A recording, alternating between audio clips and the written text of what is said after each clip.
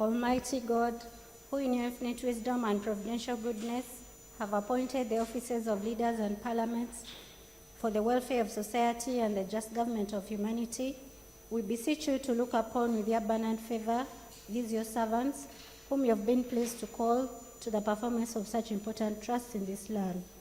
Let your blessing descend upon them here assembled, and grant that they may, as in your presence, treat and consider all matters that shall come under their deliberation in so just and faithful a manner as to promote your honor and glory, and to advance the good of those whose interests you've committed to their charge. Amen.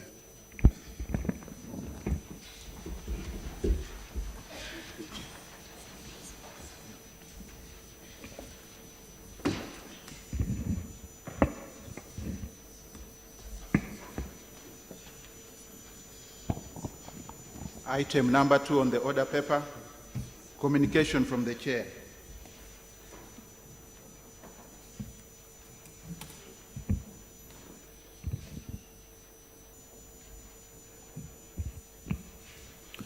Honorable members, I wish to welcome you to this special sitting, which has been specially convened to pay tribute to His Excellency the late Joel Hunter Uwacha Oluol. I want to thank you for the time you have made, given the kind of things going on in Parliament at the moment, the budget and all the meetings that the committees are involved in. So I thank you for making the time to come on this occasion to honor our senior citizen. Further, I wish to thank His Excellency, the President and Cabinet, for granting a state funeral, which is befitting to His Excellency Uwacha Oluol. As you may already be aware, His Excellency Uwacha Oluol served this nation selflessly and with distinction. He joins his other fallen colleagues, like the late Honorable Oyanja Kanji, Ignatius Musazi, and all the others who have gone before him and are no longer with us. Many of them, including His Excellency Uwacha Oluol, exhibited high humility and the love for their nation, patriotism, and selflessness. Indeed, for those of you who could have seen His Excellency Uwacha Oluol physically, you can testify that he was a tall, well-built gentleman of dark complexion and exhibited dignity and humor and honor of a true gentleman nurtured as a son of a chief and educated at King's College, Budo. Uwacha Oluol served Uganda in various capacities, among others as a teacher, an administrator, and rising to the rank of permanent secretary, a delegate to the Lancaster Constitutional Conference in 1961, a deputy chairperson of the Public Service Commission, and ultimately as a member of the Tripartite Presidential Commission.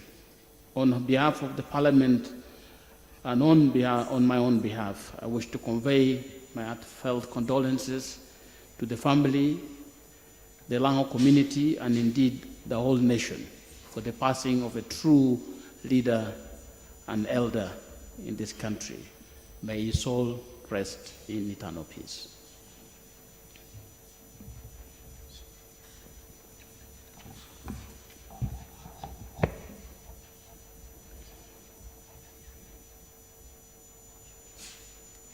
Entry of the casket of the late His Excellency Joel Hunter Uwacha Oluol into the parliamentary chamber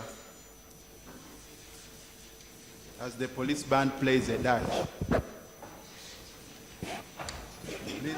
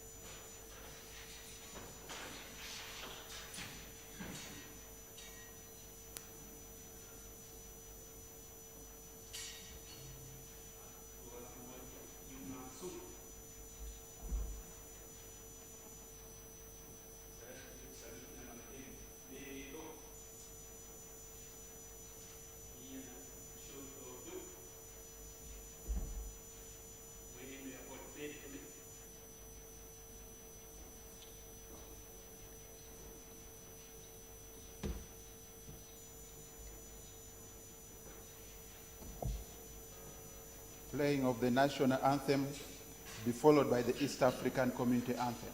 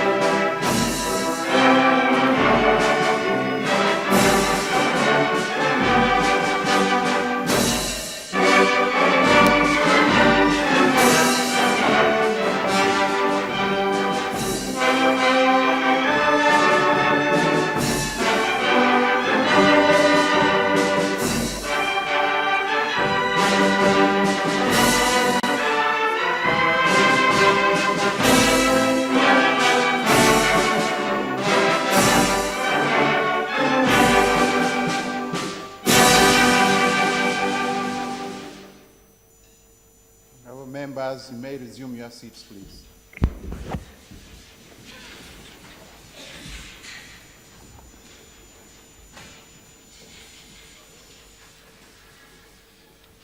Item number 4 on the order paper, laying of wreaths on the casket by dignitaries in the following order. The Right Honorable Speaker.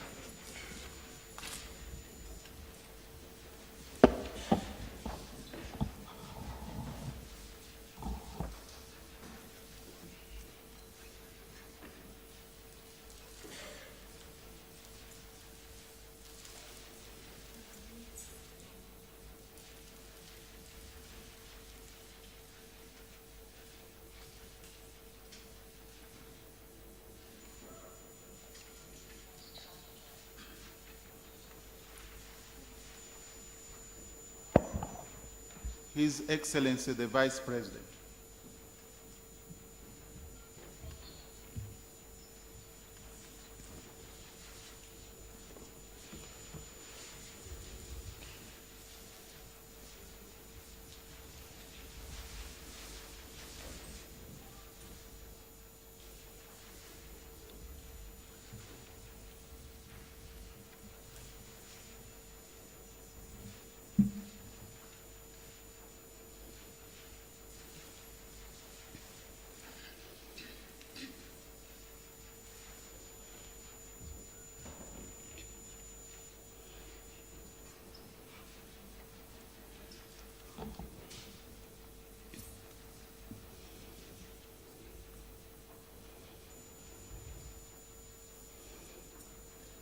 The Right Honorable Prime Minister and Leader of Government Business.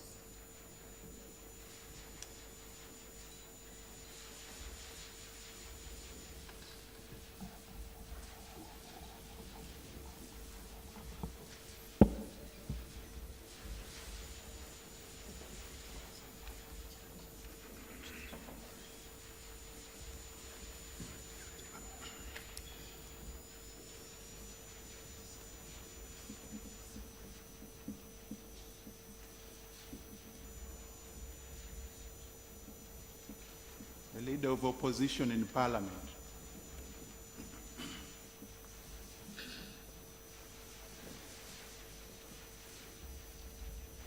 To be followed by the Government Chief Whip.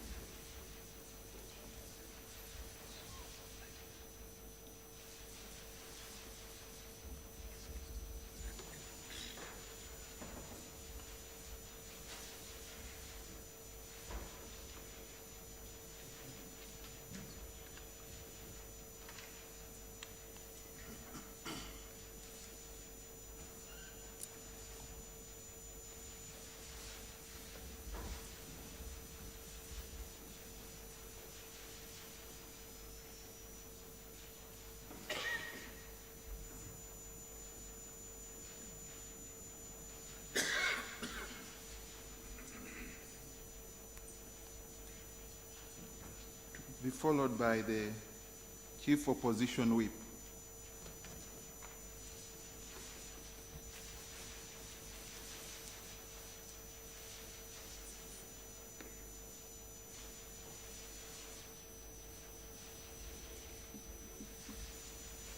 And next is the Minister in charge of the Presidency.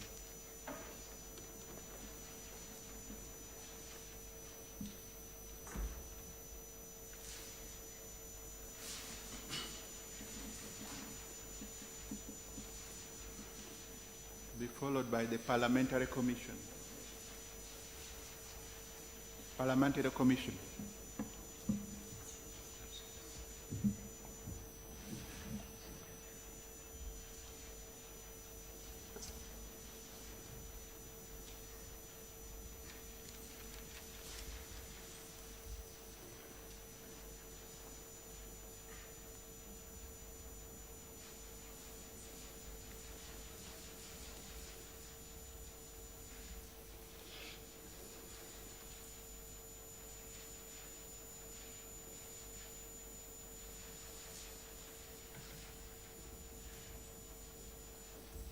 Be followed by the chairperson of the Committee on East African Affairs.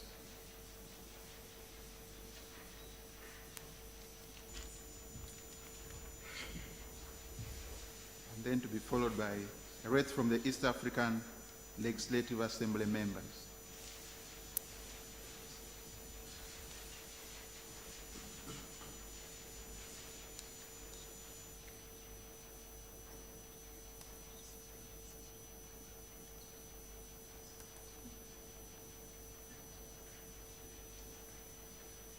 Followed by the Democratic Party.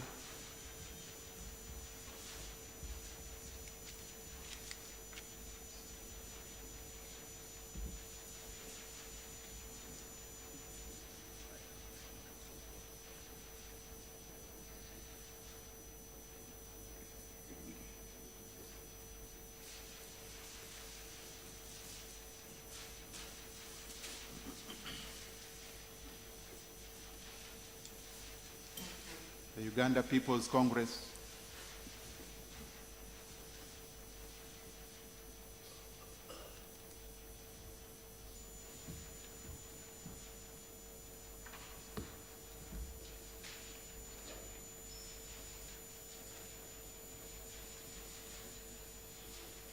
Uganda Women Parliamentary Association.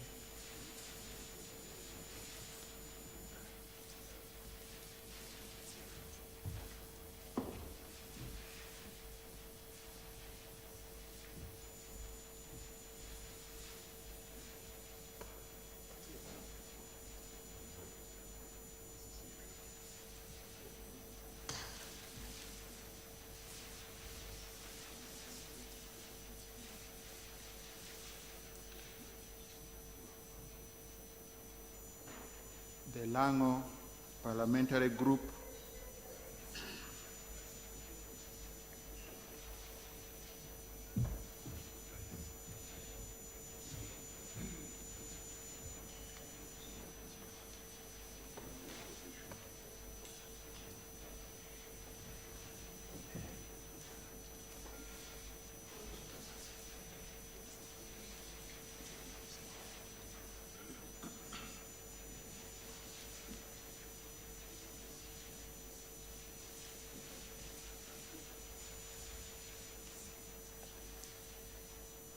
Uganda Parliamentary Caucus,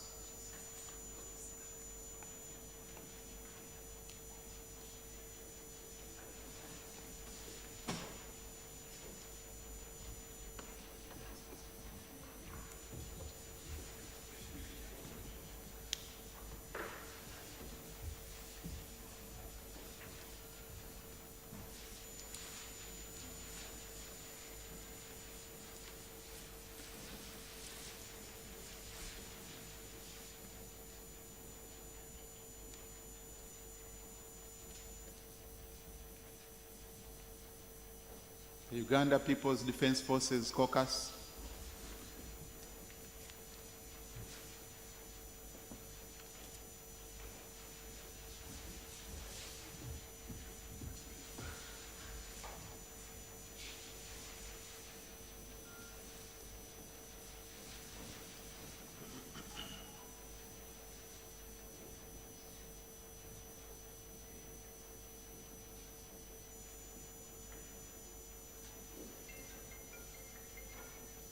the Forum on Quality Health Service,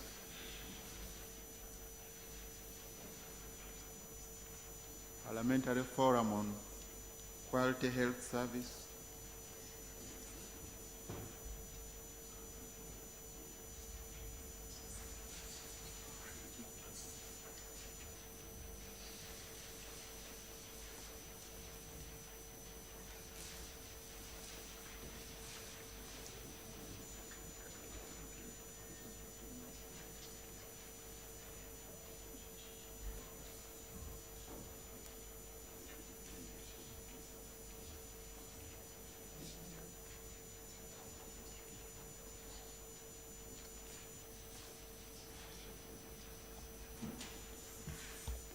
Item number 5 on the order paper.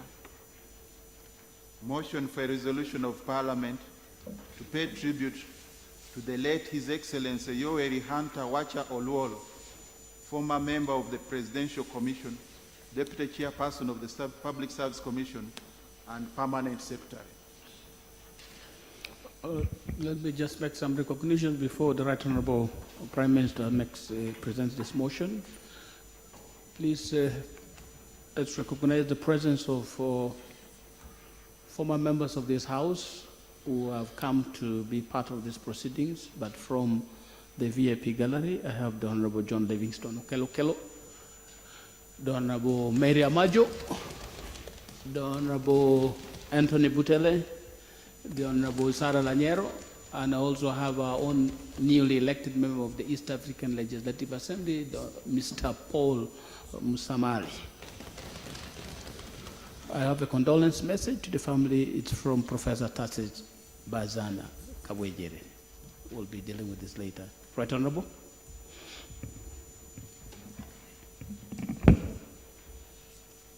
And of course, I have the family members on the technical bench behind me here, and I think I have members from the family also on the other side of the gallery. Please proceed. Thank you very much, Right Honourable Speaker. Right Honourable Speaker, I beg to move a motion for a resolution of Parliament to pay tribute to His Excellency Yoweri Hunter Wacha Oluol, and I'm doing so under Rule 47 of our Rules of Procedure. Right Honourable Speaker, whereas the Parliament of Uganda received with grief the sad news of the demise of Mzee Yoweri Hunter Wacha Oluol, a former member of the Presidential Commission of Uganda, which occurred on Tuesday, 2nd May 2017 in Kampala, noting that Mzee Wacha Oluol started out his career as a teacher in different schools and thereafter served in various government offices, including as clerk to the Lango District Council, District Commission in several districts, local government inspector, and also in the President's office, recognizing that he was a member of the three-man presidential commission that led the affairs of the state of Uganda between May and December 1980, after the fall of President Godfrey Binaisa, and that it was that commission that handed over power to Dr. Apollo Milton Obote after the 1980 general elections. Also, recognizing that he was one of the few people chosen to represent the country during the independence negotiations in London, which paved the way for Uganda's independence in 1962, appreciating that Mzee Wachororo was a dedicated citizen and leader who devoted his life to the service of his country. Now, therefore, this Parliament resolves as follows. 1, that it collectively conveys its deep condolences to relatives, friends, and the people of Uganda upon the loss of Mzee Wachororo. That it, number 2, that it takes cognizance of the services rendered and contributions made by Mzee Wachororo to Uganda. And 3, that this Parliament collectively prays to the Almighty God to sustain the bereaved and grant our departed elder statesman and friend, Yoweri Hunter Wachororo, eternal peace. Right Honourable Speaker, I beg to move. Is the motion seconded? Seconded by the Leader of the Opposition, Member for Samia Bugwe South, Member for Kilak North, Member for Padire, Member for Erute, Member for Chiboga District, Member for Budiebo County. Motion, would you like to speak to your motion? Right Honourable. Honourable Member for Dokolo District, yes. Thank you, Right Honourable Speaker. Right Honourable Speaker, honourable colleagues, Mzee Yoweri Hunter Wachororo is one of the distinguished sons of this country who played a significant role in our nation's history. From a teacher in different schools and service in several government departments, and later as one of the country's representatives who went to London in 1961 to negotiate for independence from Britain, Mzee Wachororo later became a member of the three-man presidential commission that led Uganda following the removal of President Godfrey Rukongwa Binaisa from power in May 1980.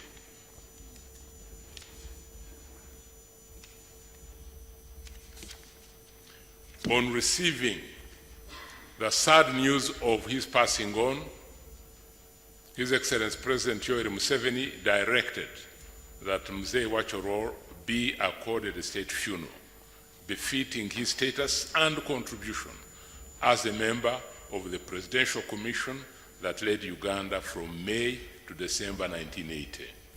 Accordingly, a committee consisting of different government agencies, the family, and Lango Parliamentary Group was set up to coordinate burial arrangements. On this note, Right Honourable Speaker and colleagues, I would like to thank the family and the Lango Parliamentary Group for the cooperation and solidarity they have exhibited in spearheading the burial arrangements of our elder Mzee Wachororo.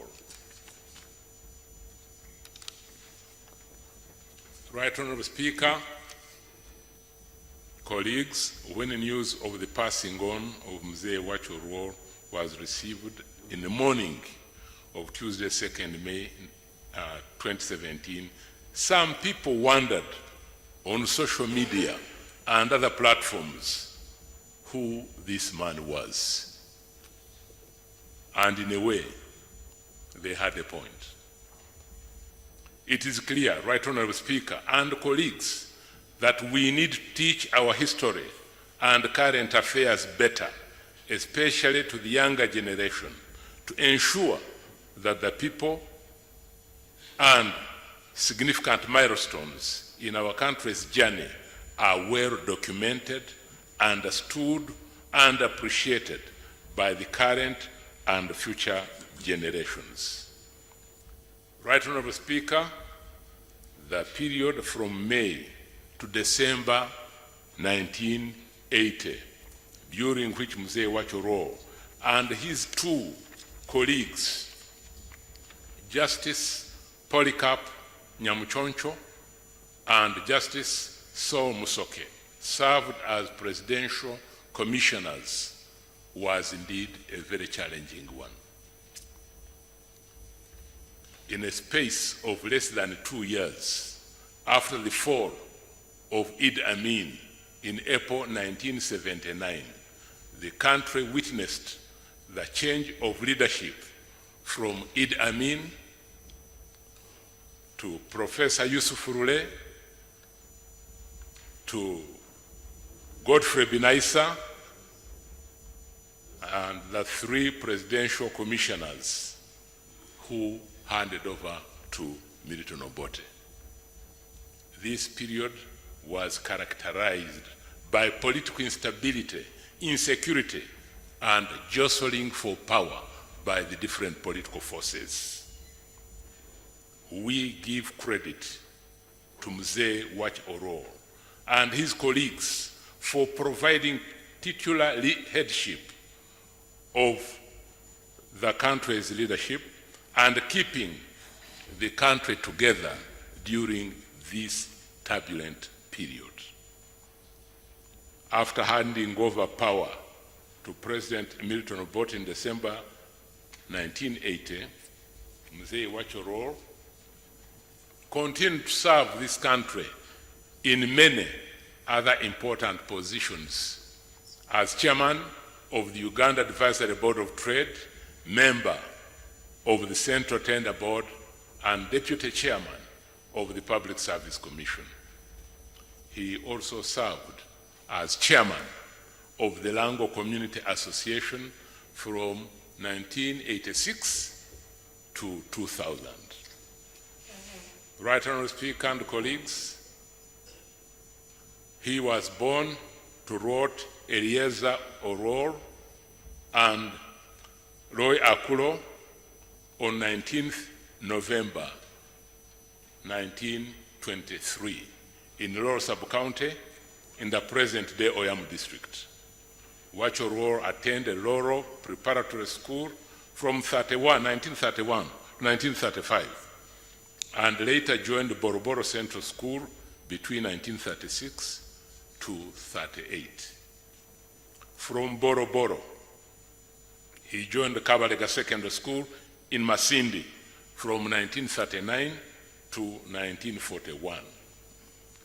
When junior secondary 3 leaving examinations were introduced in 1941, Wachororo was among the first to sit this exam, earning himself admission at King's College Budo from 1942 to 1944.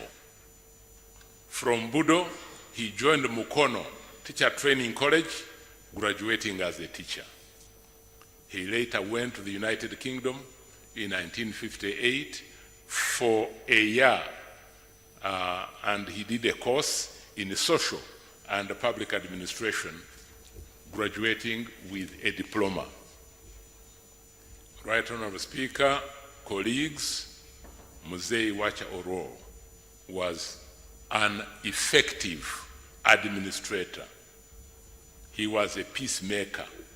He was a patriot and a gentleman who rose from relatively humble beginnings to national prominence and to national leadership. What was the cause of death? Mzee Yoel Hunter Wachororo succumbed to kidney failure, and he was aged 94 years. Right Honorable Speaker, we extend our condolences and sympathies to the family, the Lango community, and the country at large on the loss of this national icon and statesman. May his soul rest in eternal peace. Thank you, Right Honorable. Seconder of the motion.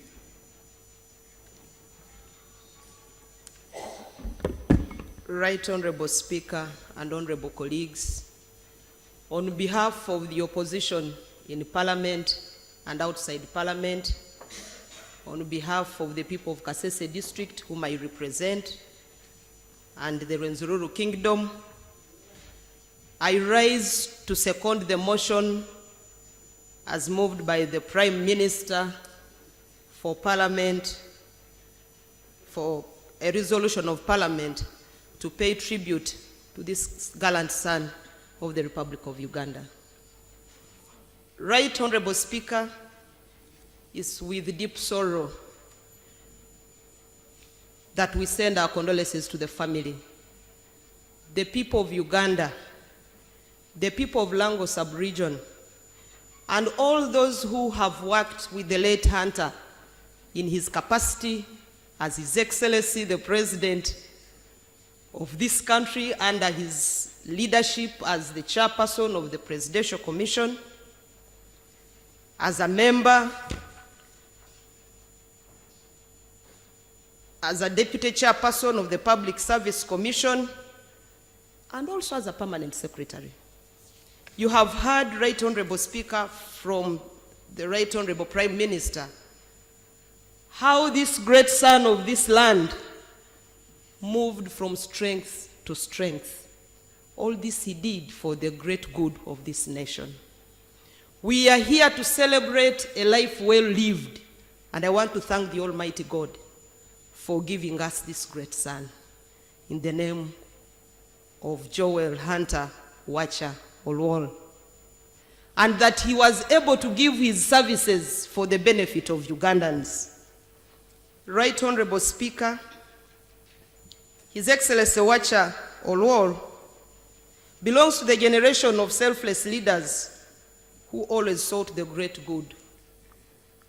He has lived a life free of corruption, a life free of controversies, a life free of jealousy, a life free of antagonism, which is the order of the day in our country today, and it is jeopardizing the development of our nation. Right Honorable Speaker and honorable colleagues,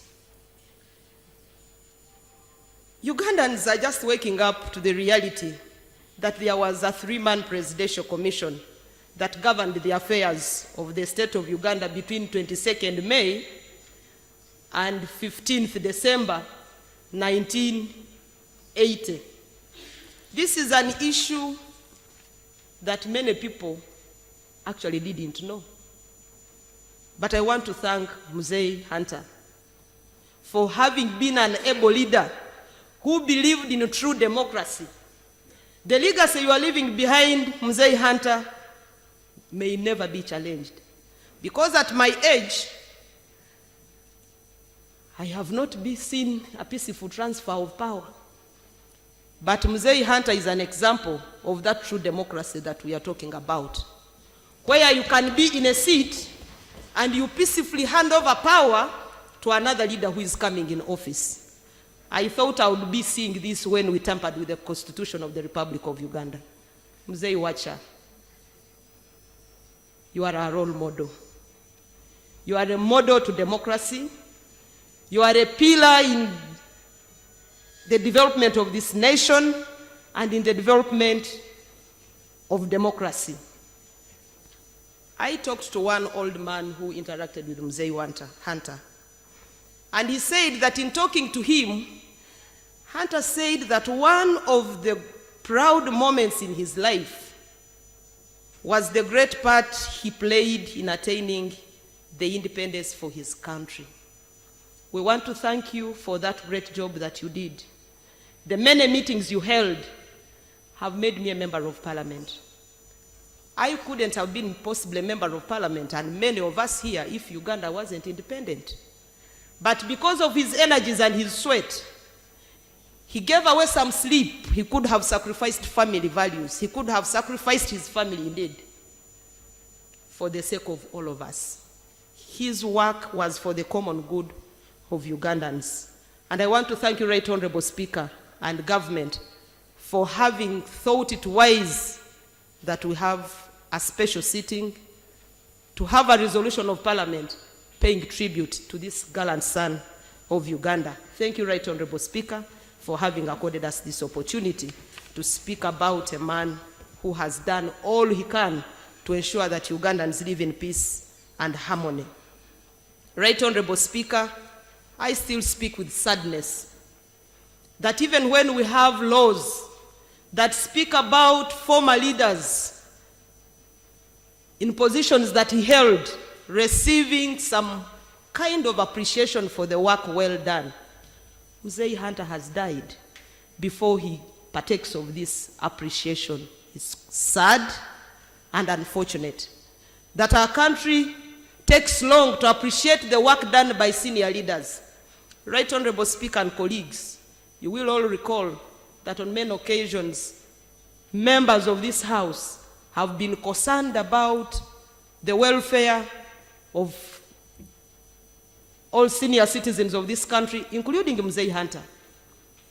A motion was moved, members of this House on many occasions had encouraged the government to ensure that members of the Presidential Commission are also looked at in terms of appreciation as by our laws. It is unfortunate that Mzee goes before really this comes to a reality. I would pray, Right Honorable Speaker, that as we pay this special tribute, if they have been paid, I'm so glad.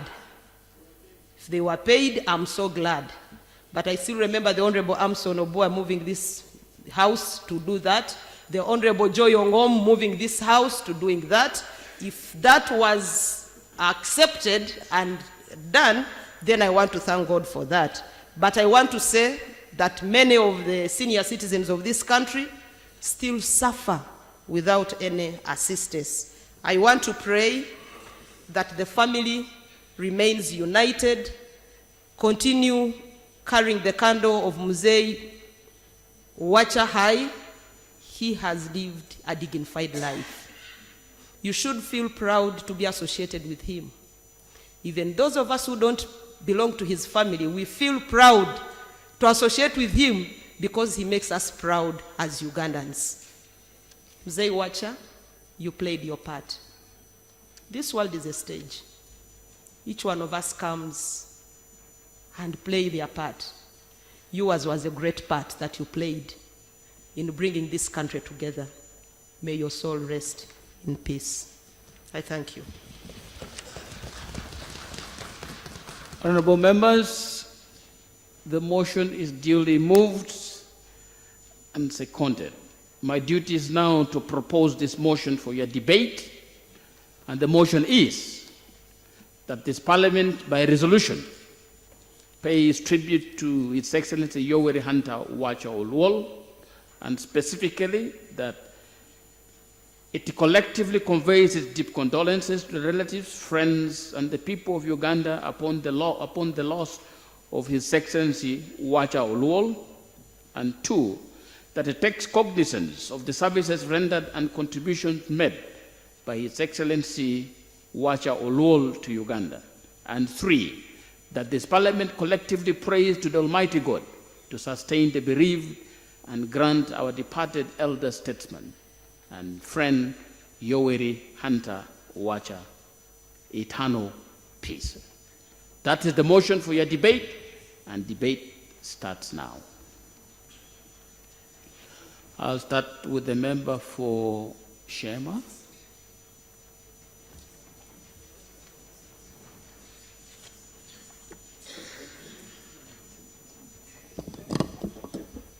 Mr. Speaker, I want to thank you very much indeed for giving me this opportunity to pay my last respects and tribute to a man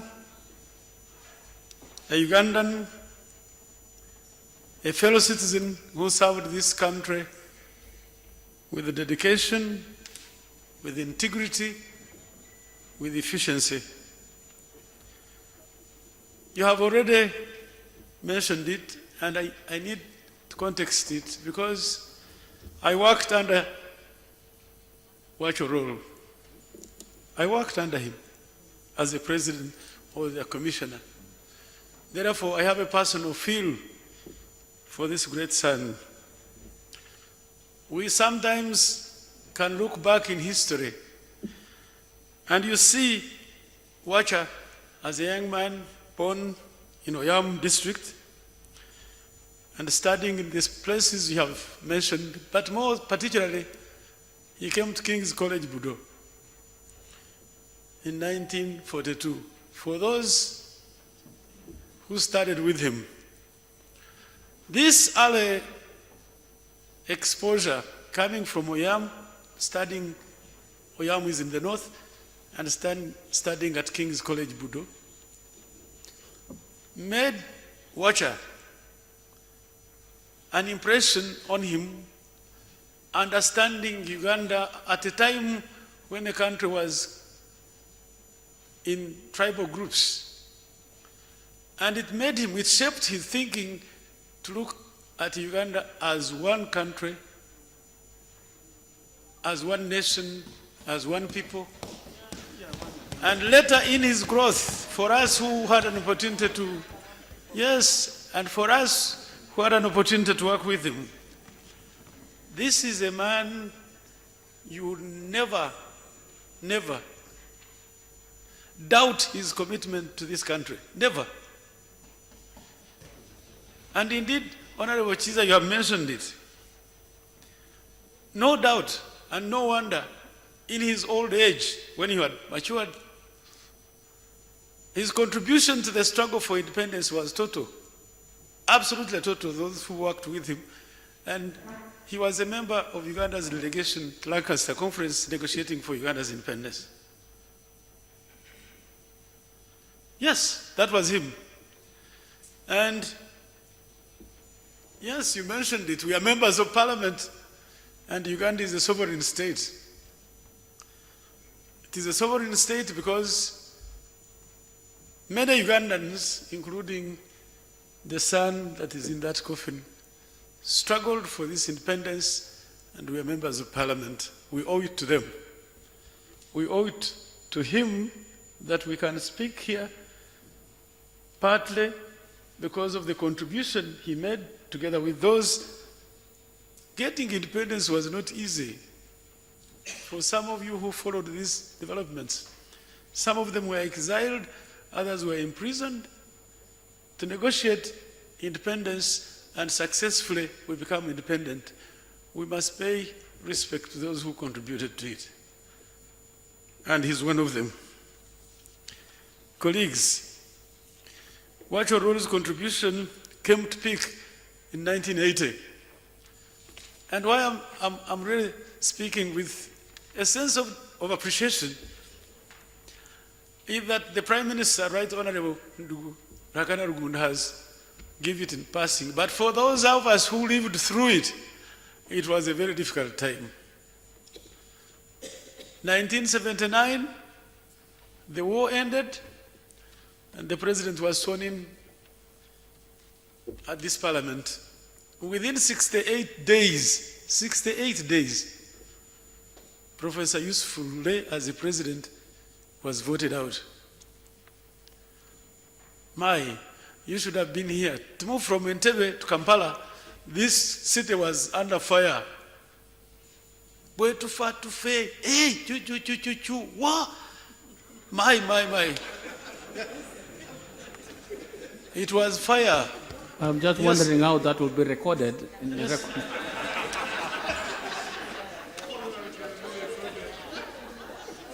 It was very tough. Very, very tough. And within, take for a moment, within another 11 months, President Godfrey Lukongwa Binaisa, QC, had also been voted out. 68 days, the president is out. 11 months, another one is out. And for us who were members of interim parliament, National Consultative Council, the military commission just simply woke up and said, we have disbanded you. Go home. And you had a military commission with absolutely no legitimacy. It was a challenge. The country was at a crossroad. We were searching for a savior. It was dangerous. And we searched and we looked.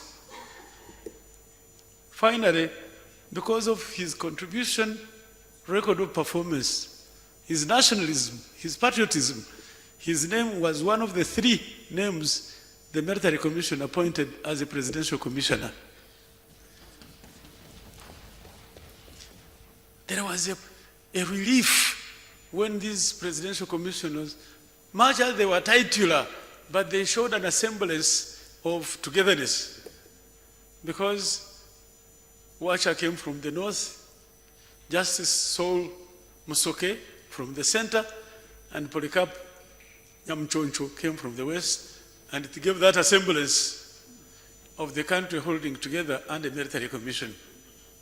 And they played their role very positively. For us who were here, we saw them. Well, I can say so many things about him. For us who worked under him, very dedicated, very efficient, very balanced, very patriotic. Yes, he did. He showed it. Now, colleagues, Wacha has died at an age of 94. You know, for some of you who appreciate economics, there is what we call a key in development, a key in development indicator. We have indicators: per capita income, percentage of people living below poverty line, electricity coverage, water coverage, literacy rate, and a whole array of those things. But one of them where his contribution should be appreciated is life expectancy at birth. Countries where the populations die young must be poor countries. Uganda,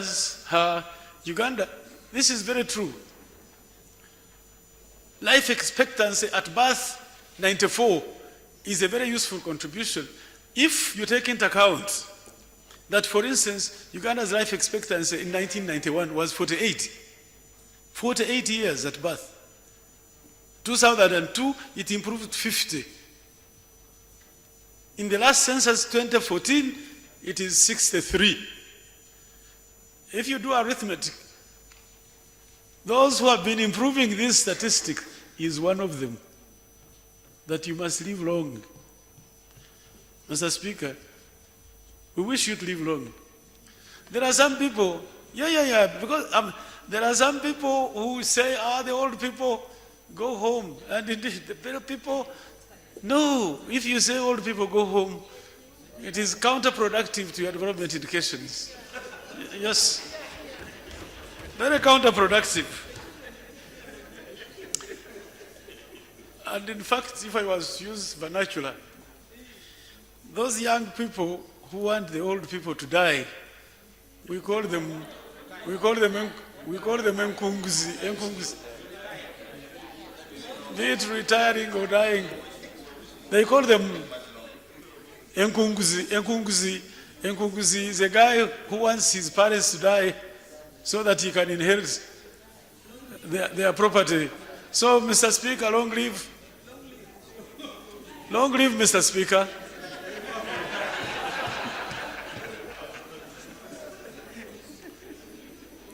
I thank His Excellency the President for according a very befitting send-off to the Commissioner. Don't forget, he worked with him because his appointment as a Commissioner was done by the Military Commission on which the president was a member. He was the vice chairman. Where is he? Vice chairman and a member, and he appointed him, and I'm very pleased, even at his last hour, he has accorded him the fitting send-off. May I, Mr. Speaker, sir, really thank you once again, and wish you long life, and wish Joel Wacha, Wacha's soul to rest in eternal life. Thanks very much indeed. I thank the Honorable Kamuntu, Professor Kamuntu, for the prayers, particular prayers for the Speaker. That one I claim in Jesus' name. Budiebo, count.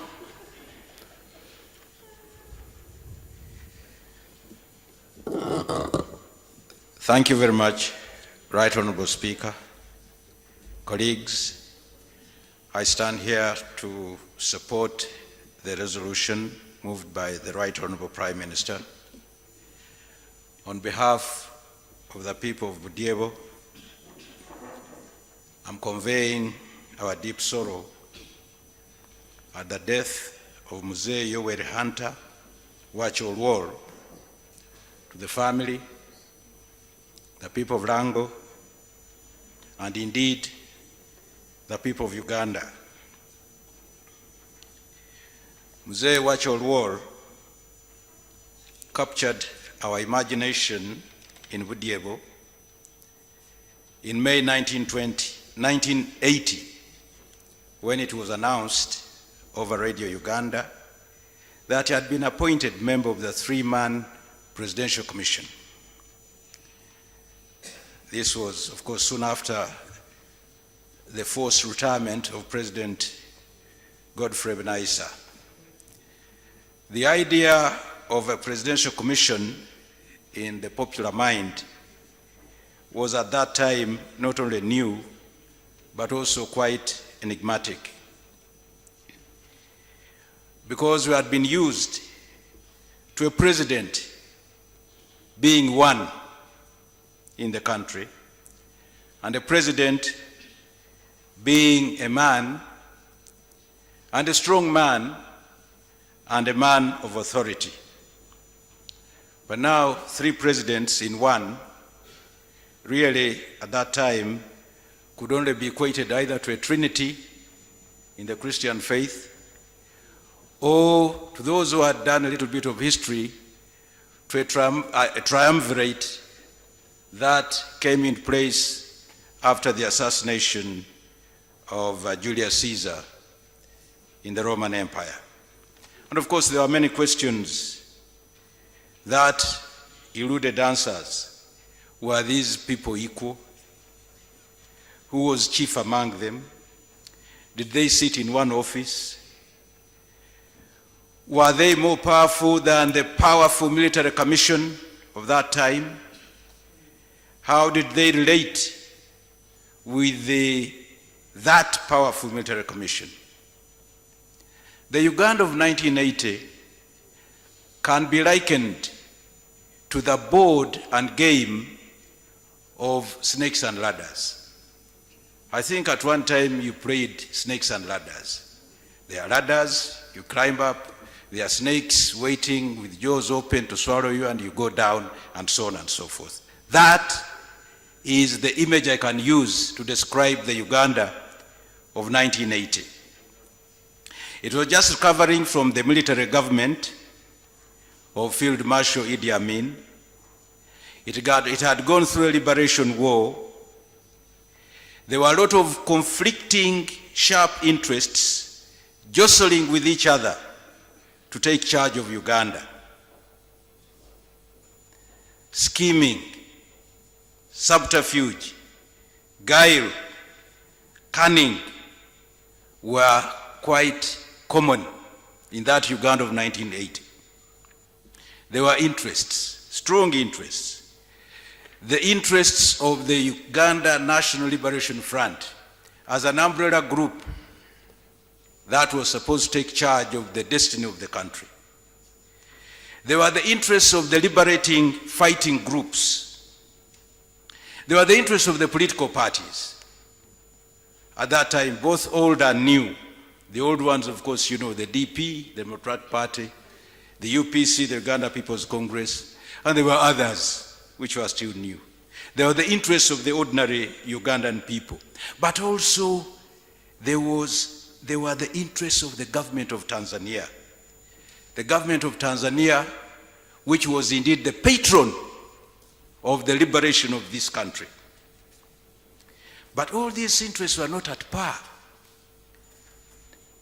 They were conflicting. And any slight mistake, any slight error had dire consequences for that person making that error. In fact, any slight mistake, he would go under the mouth of the snake. And that would be very bad. Now, harnessing these interests together for the stability of the country, the tranquility of Uganda, required exceptional skill. It was that exceptional skill that Mzee Wacho Oluol brought into play as a member of the Presidential Commission. A lesser mortal than Wacho Oluol would have not have even dared to risk his life to serve on the commission. But yet, Uganda at that time needed these skills. Wacho Oluol had the skills. He never spared himself. He didn't say, oh, sorry, no, for the sake of family and so on, I'll not go in there because the situation is too dangerous. At Uganda's hour of need, Mzee Wacha stood up boldly to serve Uganda's interests.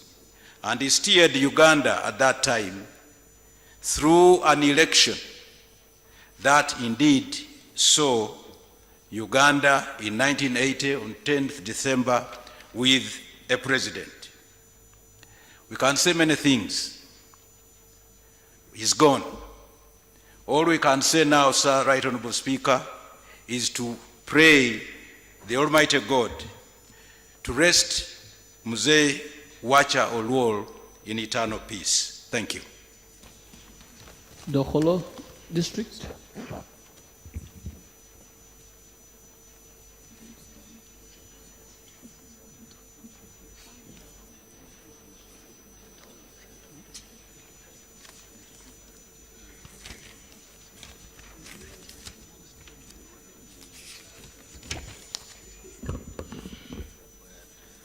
Right Honorable Speaker, I stand here to support the motion and to register my voice in saying farewell to my dad, to the leader of our community, and the national leader. Right Honorable Speaker, when I lost both parents, I still had hope that I had a father whom I could call on should I need guidance. And indeed, Mzee could have looked old, but he had a lot of wisdom. I relied on Mzee a lot. I spent a lot of time with him, and I think there are many things that he shared, and I learned a lot from Mzee. Right Honorable Speaker, allow me also at this point to thank you personally for the role you played in helping Mzee to find out what was due to him legally. Because this is a man who was still alive.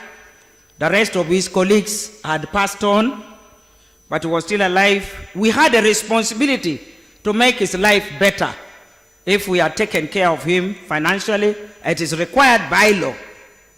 But that was not happening, and I want to thank God that you took a personal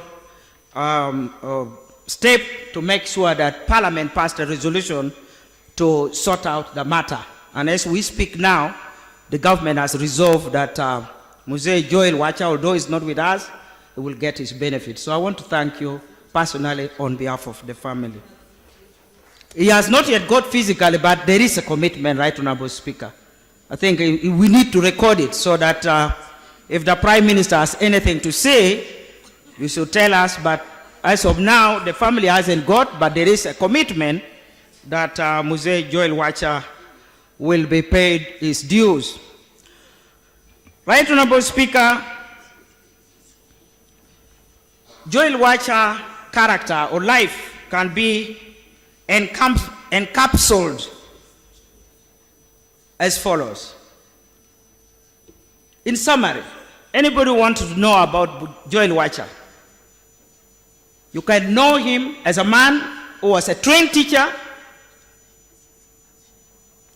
is a man who was an accomplished administrator, is a man who dealt with many hard and delicate issues, but never compromised his principles. He was a man of excellence.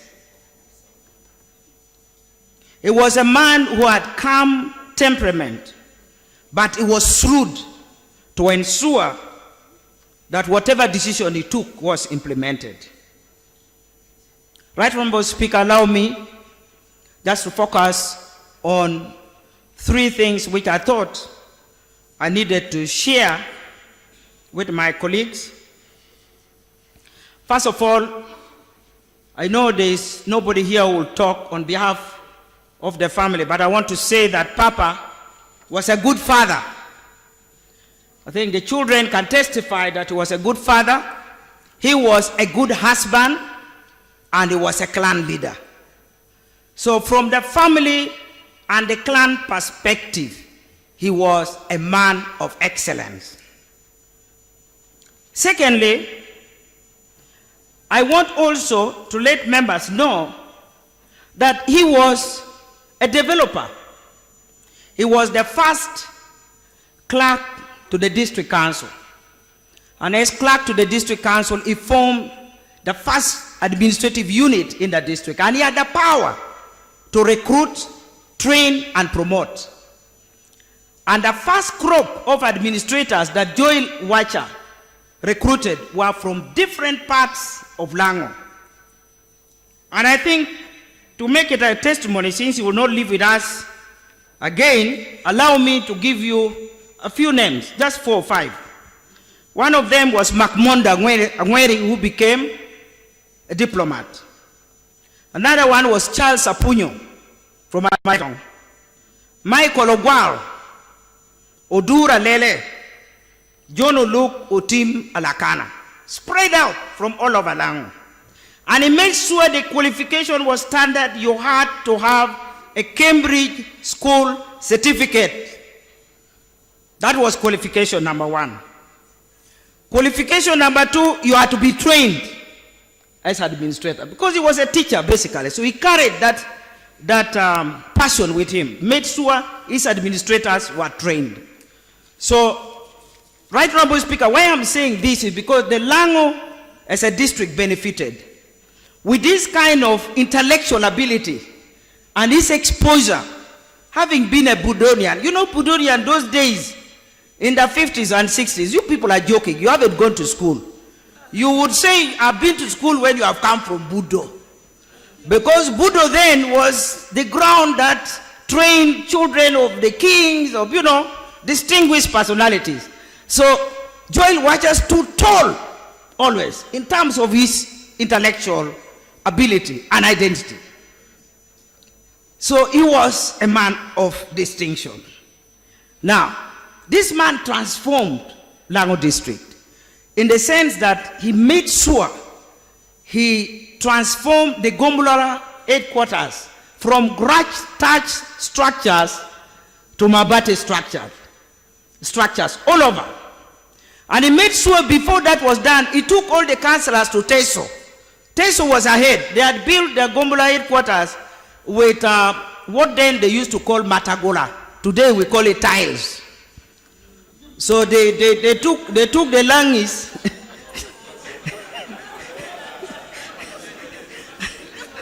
We are reflecting on history. So they took the Lango councillors to Teso to see what was there in Teso. So the Langi came back and said, no, for us, we don't want ours to be like that. We want Mabati, which is corrugated iron sheet. Why? Because at that time, if you sold a lot of cotton and animals, you buy an iron sheet and you build a Mabati house, then people would know you are a man of substance. So the Langi wanted to make Lango a district of substance, to have all the sub-counties made of Mabati. That was Joel Wacha. And as if that's not enough, he made sure that many of our children benefited from scholarships. And I can't come out with details at the moment. But one of the things, Right Honorable Speaker, I want to end with, and I want to remember my dad with, is that he was a reconciler. He's a man who deliberately chose to remain in the background.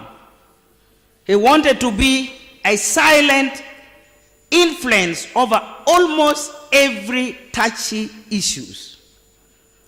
And there are two areas that I think the Langi, the Choli, and people from northern Uganda will remember Joel Wacha for. That when the Tito and Basilio Okello regime took over power, things were very, very difficult for the people of Lango. And Joel Wacha, having married even from Acholi, and Joel Wacha, who looked at things differently, he saw the signs very early. And he made sure he deliberately picked up Ben Wacha, he picked up Livingstone Okello, he picked up Atito Okello, and they all went to meet Obote to arrive at a decision that would benefit the whole country. And he repeatedly said, any disaster now will cause death, and we don't want death. And that was the role that Joel Wacha played. But because certain things were not done the way it should have been done, things happened the way it happened. But it did not stop there. Right Honorable Speaker, Joel Wacha, even when things became very difficult, him and the late Obolo Chola made sure that they consulted each other and they formed a Northern Lango Acholi Special Association to make sure that there was reconciliation when the NRM took power in Uganda here. And Joel played a crucial role. Right Honorable Speaker, we have lost a peacemaker. Right Honorable Speaker, we have lost a father. And many of us would ask, why this commission of 3 presidents? It is only me and maybe the Right Honorable Rugunda who can speak with confidence why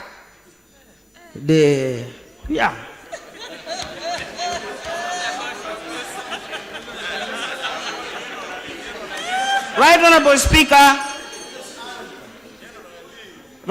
Speaker, you must understand the language of nationalism to appreciate why the 3 presidents and the coup plotters, those who overthrew Binaiza, know why they chose the 3 presidents and why they chose the North, the Central, and the West.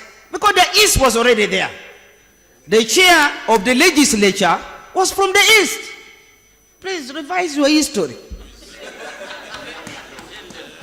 So we now formed a government made up of 4 blocks.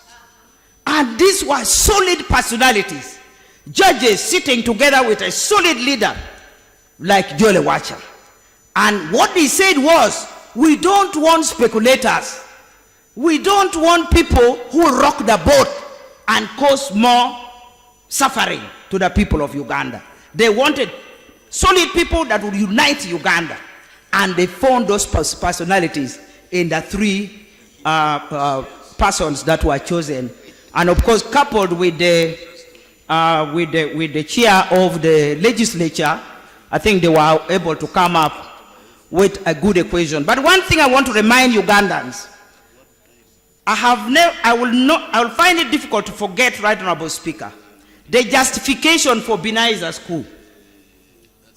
At that time, the military commission, headed by Paulo Mwanga and deputized by the current president, they decided that Binaiza's regime had to end because Binaiza had turned State House into pro forma invoice workshop.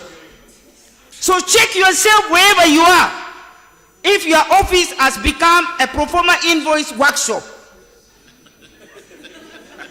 those who are bringing investors into their office in order to internalize fast, pro forma invoice workshop is what we should deal with. That was the reason why Binaiza's government was overthrown, and I think that justification still remains, and I think the coup plotters who are still alive, and one of them is our president, Yoweri Museveni, must remind the people of Uganda that the reason for overthrowing Binaiza, it still stands.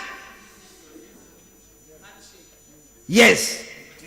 So, Right Honorable Speaker, I want to thank the government, one of the rare occasions that I find them doing good things. First of all, to accord state burial for our dad, and also, you know, to ensure that we give a befitting send-off. But I would wish, and I'm pleading, apart from giving the family what is due to Papa in order to rehabilitate the home, I think it's important that something should be done in memory of Mzee Joel Wacha. Something should be done. He was an exemplary civil servant. He was a solid leader. He was a peacemaker, a reconciler. Something must be done that will remind our children and grandchildren that it doesn't matter whether you are a Lango or a Karamojong or wherever you have come from.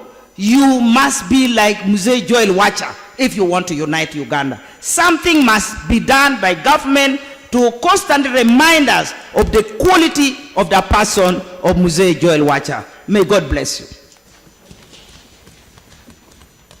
Member for Moyo East. Moyo West? East, yes. Ajumani? Generally.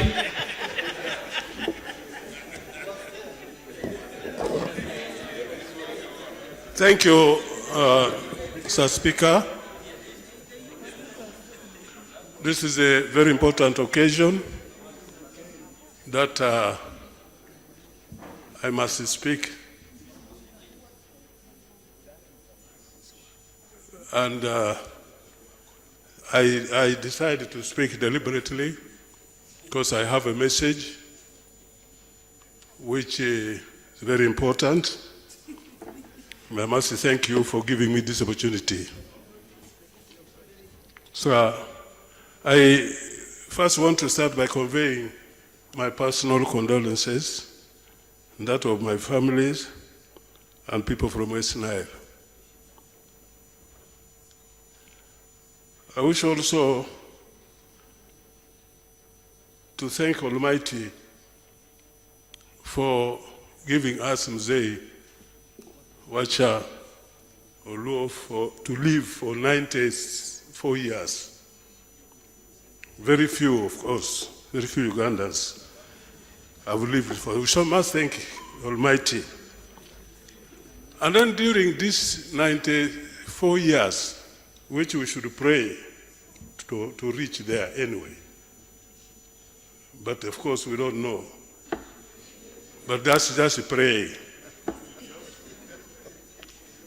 If you don't reach there, that is your journey. It ends there, so you don't complain.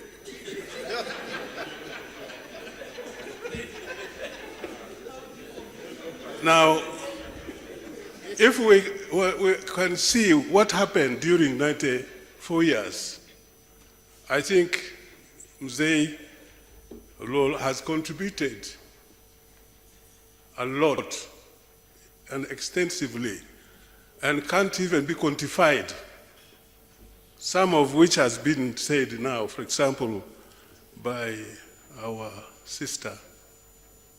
But most of his contribution, or this type of people's contribution, are not visible. They cannot be recorded every day. But they have helped many people. They have helped save situations. They have helped, even in terms of an employee for 94 years. He has paid a lot of taxes. A lot of taxes, if we can make it down. Whatever he does, all of us here, whatever we do now, we have to pay taxes because the country cannot run. And he has paid taxes for all these years, 94 years. There is a lot of services. If you have not seen it, there is a pity. Even sitting in this house by itself is a lot of services. And this is a part of his legacy, Mzei's legacy, because you have a very good foundation, strong foundation, then people benefit. And that's why we are benefiting now. So we want to thank God and thank Mzei for contributing extensively to this country. In all directions, as I said, it's going to be very difficult to read this and that, but he has done. I also want to say that Mzei has left us. Us, I mean people from the north.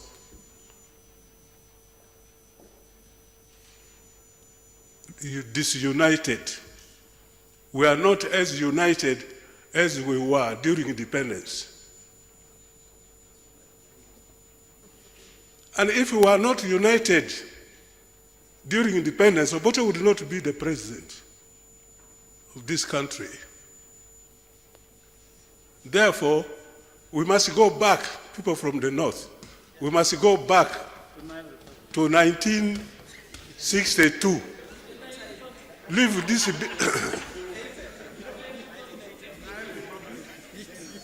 That is where our strength is, the unity which we abandoned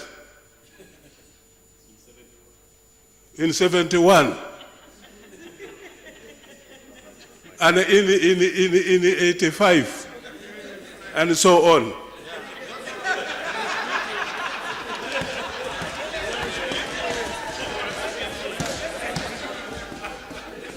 So, Mr. Speaker, sir, this is the message I want to say. That for us, we can beat about the bush here, but our target should be unity. We must go back. Unity of 62. And of course, one Uganda. And we people from the north, we must be thanked by people of the rest of Uganda, because even if we fought for 20 years, still we remained part of Uganda. We didn't break away. That I think we should be thanked. Publicly or quietly, that is your business.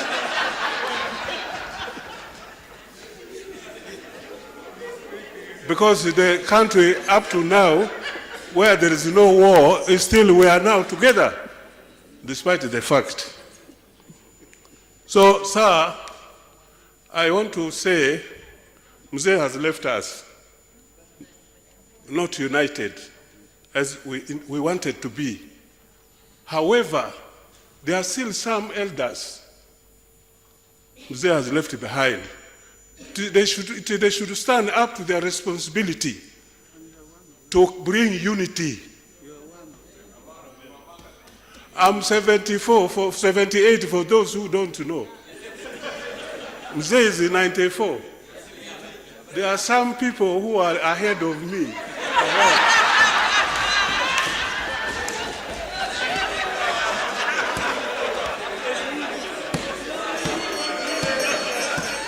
We shall join them. we shall join them to bring about to reconciliation, as Madam has said. No, there's no solution. It's the reconciliation. We are not going to hold anybody responsible. People who are not in there, these youths now, who are not there, who are not even born, you want to hold them responsible for what happened in 71, in 68, impossible. That will be against natural justice. Those people should be left alone. Rather, we should help them to reconcile. The mistakes that had happened should be forgiven, and people should be together. We must think together. If there is a border problem with this is nothing. This border problem should not divide us. This has nothing to do with our unity. Yes. Therefore, I appeal to all of members here, when you go home, when we're going to bury Mzee, we should not lose hope because he has left some other people. We must think of reconciling the entire North. In 71, there is a fear. The Amin government has killed people from the North, actually, and Laos. But also, when they came back, they also killed us in West Nile. So, whom are we going to hold responsible? Rather, we should forgive those killings and then reconcile. We must appoint a committee of reconciliation so that we don't waste time. That is the message, Mr. Speaker. May the soul of our brother rest in eternal peace. Thank you. UPDF, General Wula.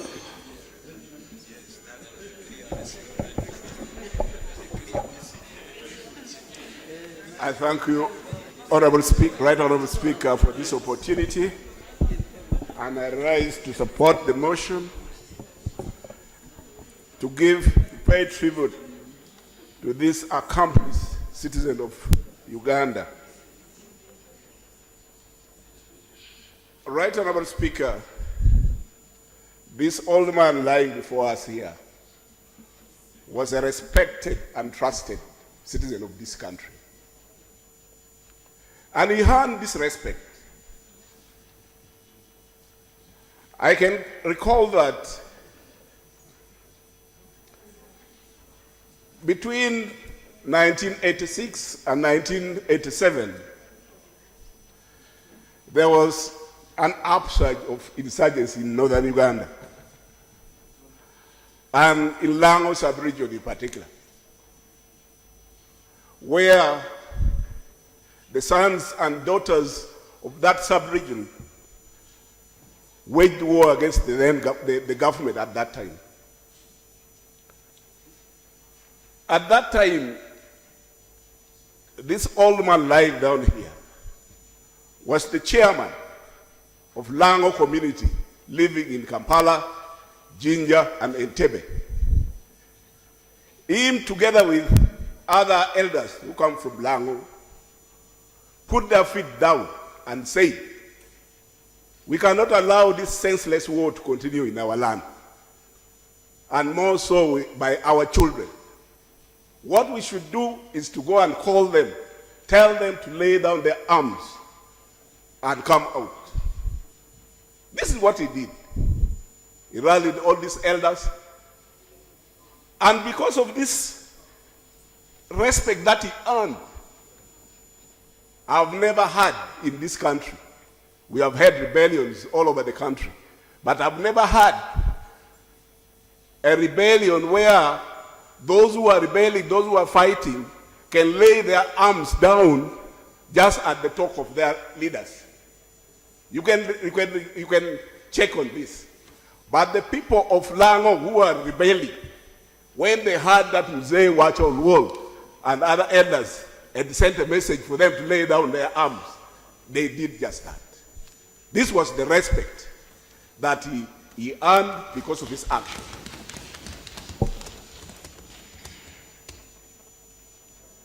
This old man here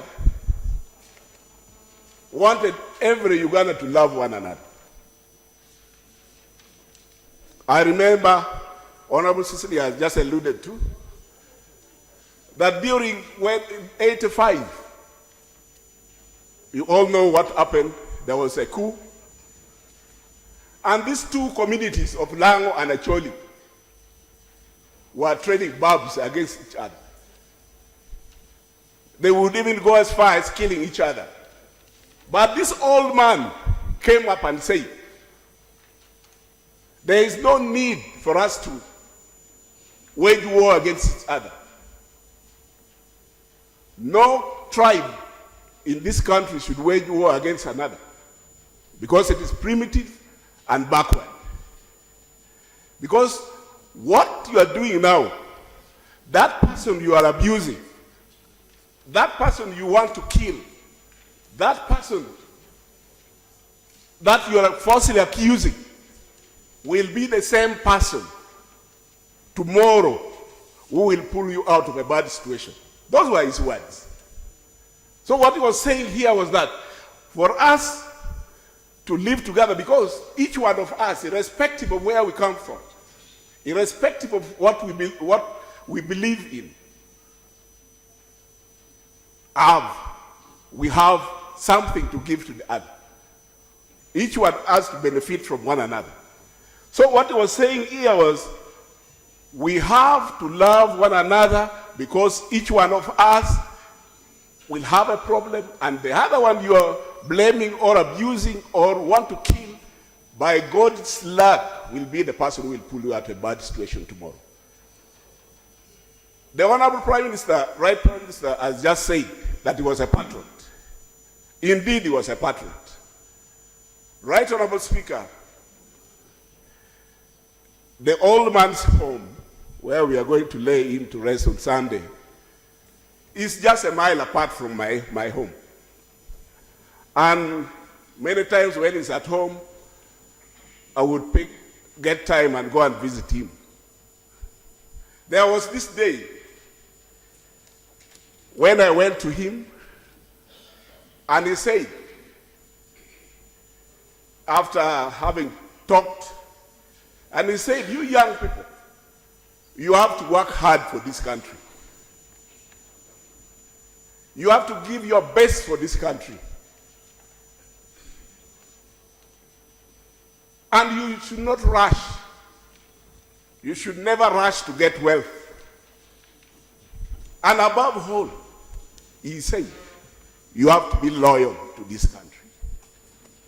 Those were his words. And no wonder, as previous speakers have said, he lived a life without any blemish. He lived a life because he had that type of ideology where he put this country first. That is why even when it's due, delayed to be paid to him, you never saw him complaining.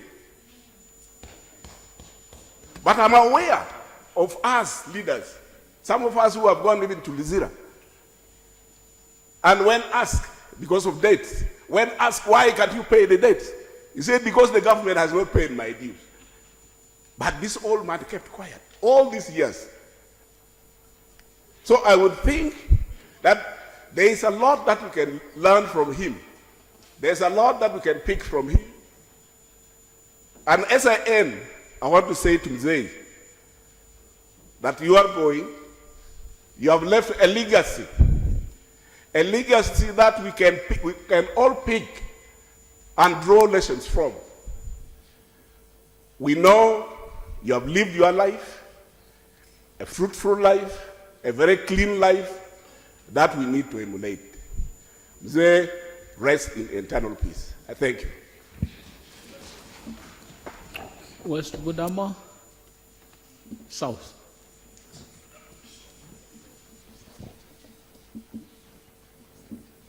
Thank you, Right Honorable Speaker. I rise to support the motion to pay tribute to a gallant Ugandan, and on behalf of the people of West Budama South, Tororo, and on my own behalf, I feel the pain of losing an elder at his age. His death definitely reminds me of my own father's death, who could have been about his age mate. Right Honorable Speaker, I join the rest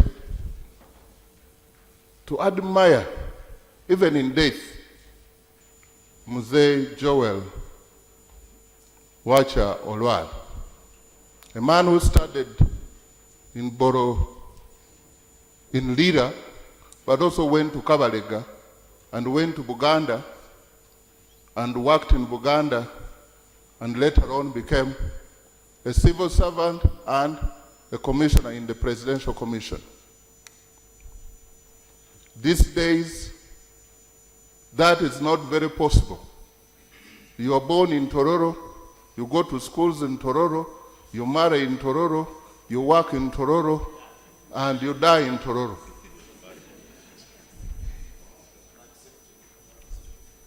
The exposure that our elders had great impact on how they got groomed,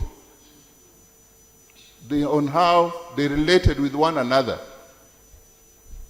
It's a serious message for us, the young people, to learn. We now go for each other's neck. We are quick to point. We are quick to call each other by the tribe. I believe he died a Ugandan, and then Elangi later on. He put Uganda at the forefront. How many of us do that? It's a challenge to us. It's a point of reflection. Most peaceful people live longer. And this is the evidence that this gallant Ugandan was a peaceful man. Bitterness kills us every day. You hate so and so. There's no further evidence to his peacefulness and calmness than the longevity of his life. I believe if he suffered from pressure, if he suffered from bitterness, he would have been consumed by death long time ago. How I pray that this Uganda, we shall see each other as Ugandan first, before we see the religion, we see the tribe. He joins many other presidents who have died. And may you, Mr. Mzee Joel Olwal, may you tell President, the first president of Uganda, Sir Edward Mutesa, that we are still struggling with the tribalism. May you tell President Milton Obote that the situation has not improved. May you tell Amin Dada that we are still being divided along political lines. And may you tell Yusuf Lule, Bina Yesa and the rest that Uganda is still on the periphery. We've had several presidents, and he was a lucky person. And the Lango region, or the sub-region, we should congratulate you for grooming leaders. It's on record. 2 times president came from Lira, even the presidential commissioner came from Lira. How we admire from Bukedi, how we admire from Teso, how we admire from Karamoja, and how we admire from Busoga. Maybe one day God will remember us, and we give the leadership of the Olwal style no tribalism, where you are not afraid to be you. Even here as I speak, you are now seeing more than I'm saying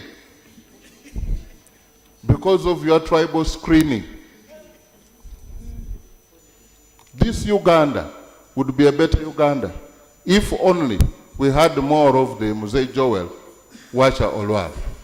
May you send my regards to my own dad. Safe journey. Where you are going, we are all following you suit. Kinkizi East.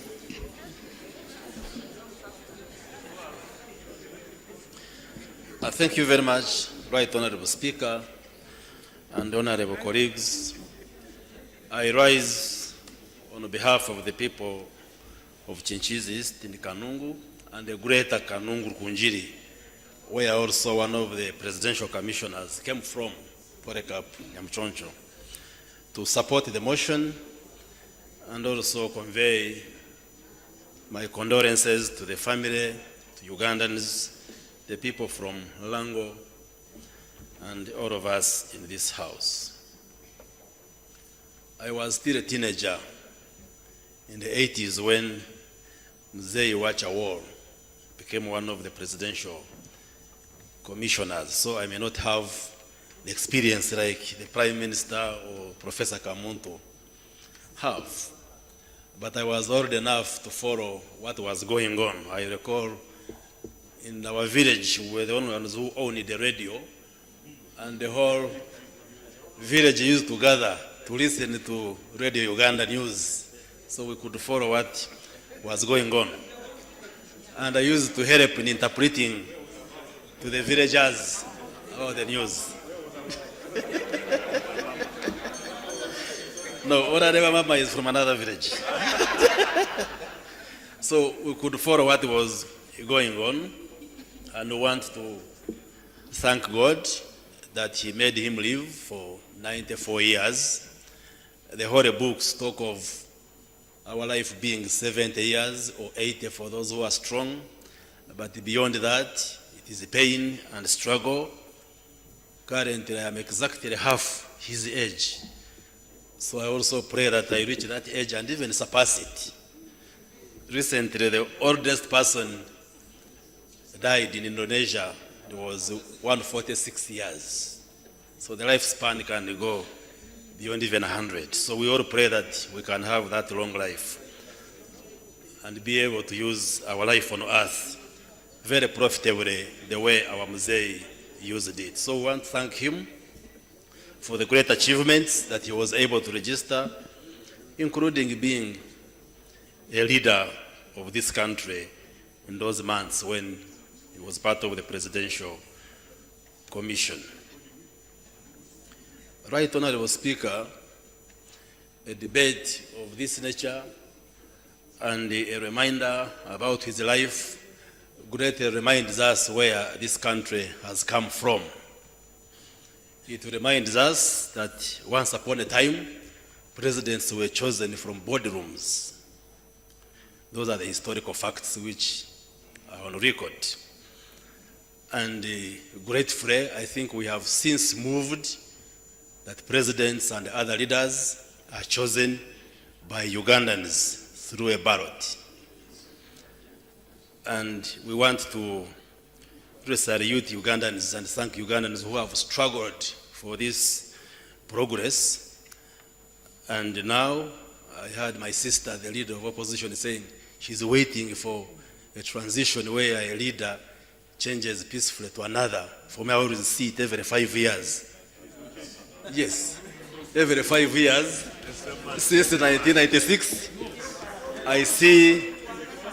That's how I replaced the former MP who was in my constituency, and I'm sure that's how you replaced Honorable Royce Bwambale, who was the woman MP of Kasese. And Ugandans, and of course, okay, having been voted 3 times by people of Chinchizi East to come to Parliament doesn't mean they are not democratic. They choose me as a person to lead them. So if we can continue to give chance to Ugandans to elect their leaders, then that's okay. Our duty as leaders of today is to acknowledge the progress which has been registered so far and consolidate this democracy, consolidate the unity in order for Uganda to continue moving forward. And I'm sure we are on a steady path of progress as a country. Finally, Right Honorable Speaker, I think for the record, we should tell the country that some few years back, the President directed that former presidents should be, and their families, should be paid an ex gratia payment. And the Trinity presidency of the 3 commissioners were paid 1 billion Uganda shillings, which was shared equally among the 3 families. So that should be on record again, because an impression shouldn't be created that no payment has been done. The last debate we had in this House was to harmonize the law so that the former presidents, including the presidential commissioners, can benefit in accordance with the existing law. And we agreed as Parliament, so I am sure the commitment is still there that the former presidents, including the commissioners, will benefit in accordance with the law. So I just wanted to put that on record so that the record is very clear. So I thank you very much, Right Honorable Speaker. May our Mzee rest in eternal peace. Lira Municipality.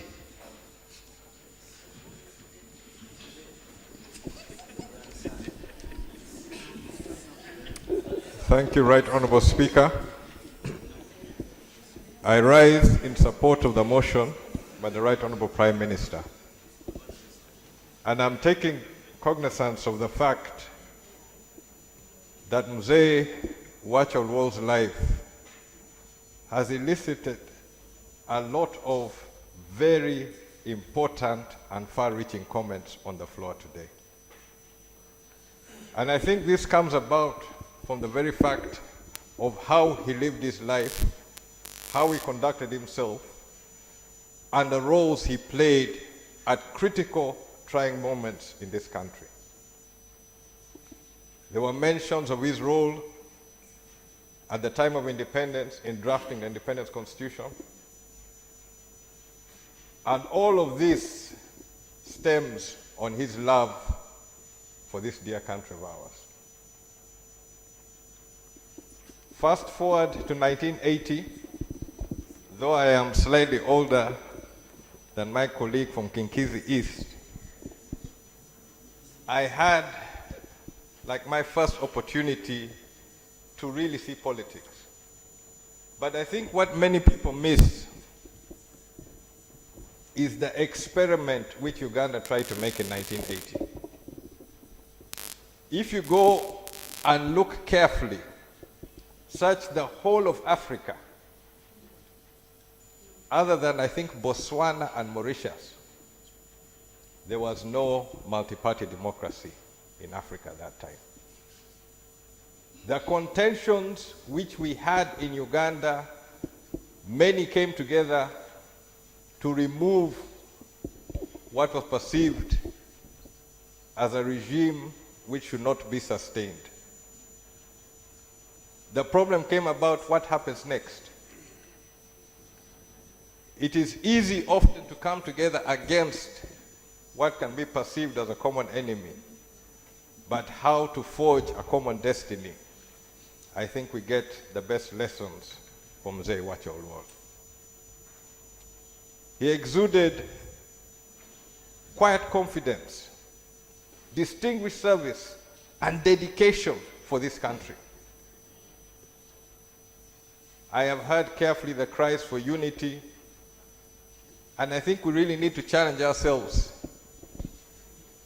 Are we ready to embrace a united Uganda? There are many in this country who will still argue that there's a democratic deficit. Something which was there in 1980. Another experiment Uganda made in 1980 was for the first time for a sovereign nation to request foreign observers to participate in the electoral process and to give a clean bill of health. Despite the report of the Commonwealth Observer Group of 1980, we did not escape the problems which followed.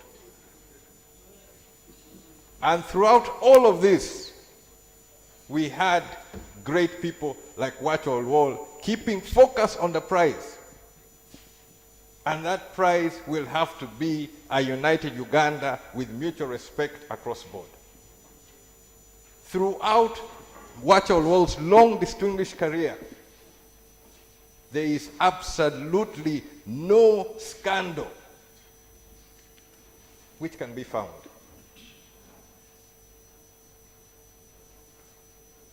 And his life is truly a lesson for our generation and generations after us. I think we have to rise to the task of how do we forge that Uganda which he believed in, the Uganda which he worked for at the time of struggle for independence, a Uganda where in 1980 we were at crossroads, a Uganda when ethnic problems were leading to loss of life in this country. Wacho Olwol always stood firm on the side of what is right and on the side of what is good for Uganda. I am truly humbled and honored to be able to stand here today and to pay tribute to a great son of Uganda. He was a true nationalist. Despite coming from Lango, being educated across, but all of his efforts were for Uganda. I therefore would like to support the appeal made on behalf of unity. But also, let us be cautious. We are going to have to deal once again in time, maybe not tomorrow, maybe not in the near future, we're going to have to deal with difficult questions. I hope amongst our senior citizens and also among our active politicians, we have people who can stand up and truly represent a vision which can forge that common destiny of a united Uganda. So on behalf of the Uganda People's Congress, on my own behalf, we thank Mzee Wacho Olwol for his great service to Uganda, and may his soul rest in eternal peace. Kalaki County. Thank you very much, Right Honorable Speaker, for affording me this opportunity on behalf of the people of Kalaki to pay tribute to this great Ugandan and also to extend my condolences to his family. Right Honorable Speaker, it says a lot about our history and about how we keep records of our history, that up to this morning, many Ugandans were asking, who is this man, Wacho Olwol? What was he? What did he do? Why does he deserve to be given a state funeral? And I think this speaks very negatively about us as a country, where we have come from, where we are and where we want to go. A country that has no sense of its history cannot surely claim that it knows its destination. And I want to appeal to those who are responsible for the education of our young ones to ensure that the proper records of this country are kept, that Mzee Wacho Olwol and the two other commissioners are accorded their rightful place in the history of this country. I also want to add, Right Honorable Speaker, since I came to this house in 2011, I have been cognizant of the fact that most of our former leaders have lived after leaving power and died in poverty. And I have often wondered, as I observed my brother, Honorable Bua Ajuri, Honorable Okotogong, Honorable Anthony Okello, and many of the leaders from Lango, as I watched them fight in this house over payments due to this fallen man, I asked myself, what kind of country are we that a man who led this country, a great leader, as we have heard, lived not far from this house, and yet we continued hiding behind laws as a reason for failing to accord him what was truly due to him. We have heard of the history of this country, how power changed hands violently from Obote, one, Idi Amin, Yusuf Lule, Bin Aissa. One would have thought that these three gentlemen would have followed the same path and somehow tried to find a way to cling on to power. But they were the first in the history of this country to hand over power peacefully when an elected government was constituted. So while I stand here to pay tribute to him, I would also like to remind this house and my country that a people are judged by the way they treat their elders, by the way they treat those who once were leaders, though they may not be leaders anymore. I have often found it very painful that people who have served this country very diligently, especially members of parliament, when they leave this house, are totally forgotten, and some of them even die without as much as a ripple in this house. And it remains upon the president to decide whether they should be accorded a state funeral, whether they should be brought to this house, whether history should record the fact that they are dead or not. And I think this is unfair. Personally, I believe that I have given enough service to this country to be brought to this house and accorded due respect when I die, even if I have left this house. That is the least that this house can do for me. I have lived close to 50 years now, and 10 of the best years in my life have been spent within these four walls. I call this home, and it is the only place where I will not be probably accorded any due respect should I die after I have left this house. No wonder some of us don't want to leave this house. We would rather die here than outside.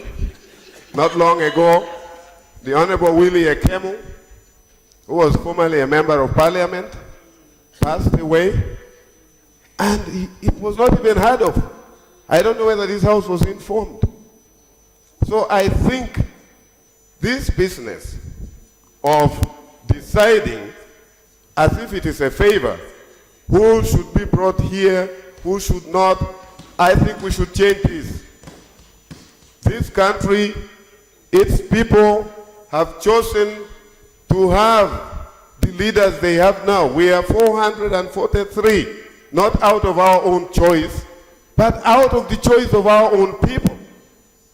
Right, Honorable Speaker, there is a saying, you cannot make omelets without breaking eggs. If you want leaders, you should look after them as leaders. I find it very, very embarrassing when I read in the media about this bloated house, about how much MPs earn, as if it is our mistake. It is our people who want districts. Don't they realize that when you get more districts, you get more leaders? They want more counties. If you get more counties, you get more MPs. It is not up to us. But once we become members of parliament, I think we should be accorded due respect that we deserve as leaders, as people who are shaping one way or the other the destiny of this country. I am humbled to have been able to stand here and pay my respects to this great man. And I hope, as I began, that history will accord him his rightful place, and that our syllabuses will accord him and the example he and his colleagues set a very prominent place that we should learn from, that peaceful transfer of power is possible, that a president who has left power can continue living in this country and can die in this country. If we can do that, this country will be on the right path. I thank you very much, Right Honorable Speaker, for affording me this opportunity. Honorable members in the gallery, public gallery this afternoon, we have visitors from Kasambia County, Mubende District. They are represented by Honorable Benny Namugwanya and Honorable Mbwate Kamwa, Gafa. They are here to pay tribute to the Honorable His Excellency Yoweri Wacha Oluol. Please join me in welcoming them. You are very welcome. Can I now have, I'm trying to, then I come to the region. I'll have Isinjiro, Kalungu, and Bukoli. Then I come now.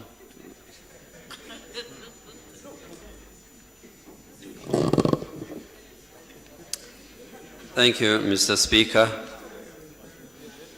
And honorable colleague, I support the motion to pay tribute to Mzee Wacha Oluol for his contribution to Uganda's politics and development.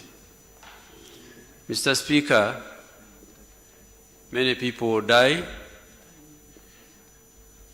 in this town after long service and they don't come here.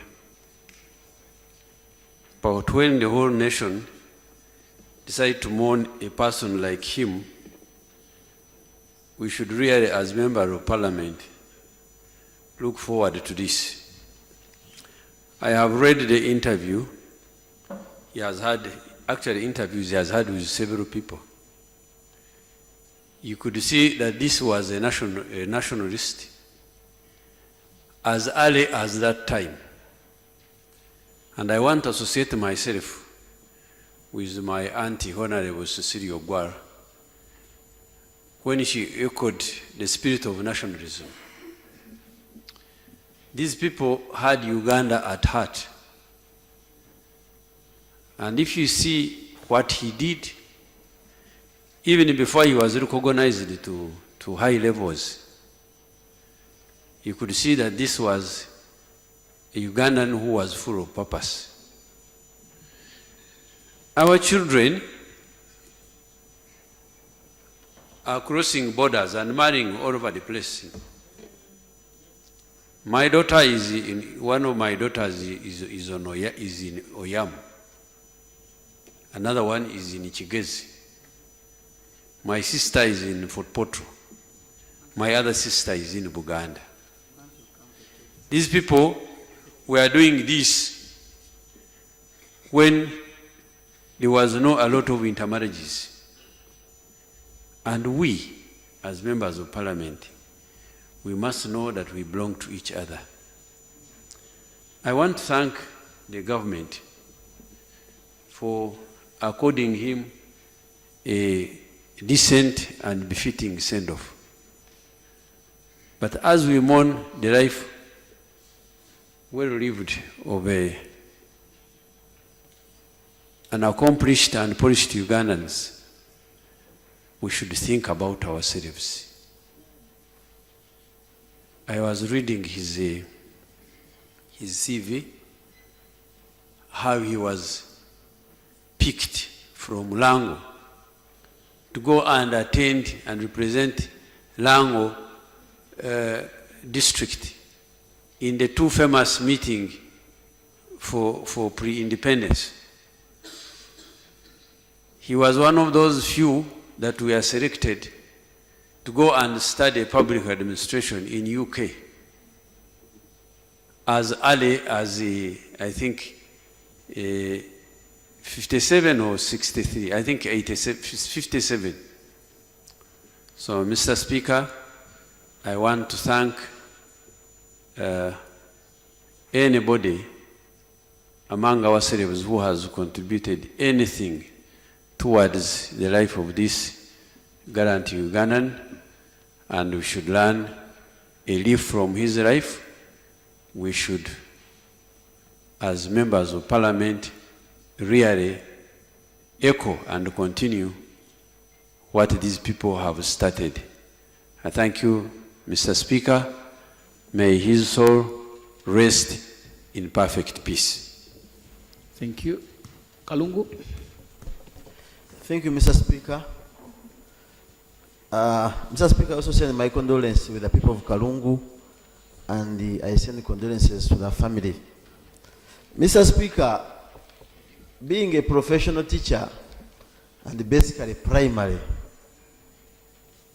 I was a social studies teacher in the primary, and among the topics we teach in the P6, we talk about Uganda's political history.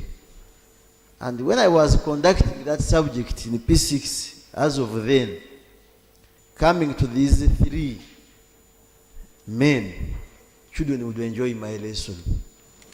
And they were wondering how government was running, managed by three people. But I want to tell you the truth that by that time also, I could not give deep why it came like that. And I'm learning it from Honorable Cecilia today on the floor of Parliament. Definitely, people who don't know how we teach in primary, they are saying wrong things. But this, when you go to secondary, you expand. And I'm not an history teacher in secondary. So, but many times here, Mr. Speaker, I've said this, that this country needs to set up a council of elders. A council of elders. I want to thank you for having allowed to give us a special sitting. If it was not that, maybe Ugandans would have known. When you go to South Africa, they treasure their old leaders. You can look for Desmond Tutu. During independence, they would bring Nelson Mandela seated in his house, but they could bring him on screen to talk at the gathering.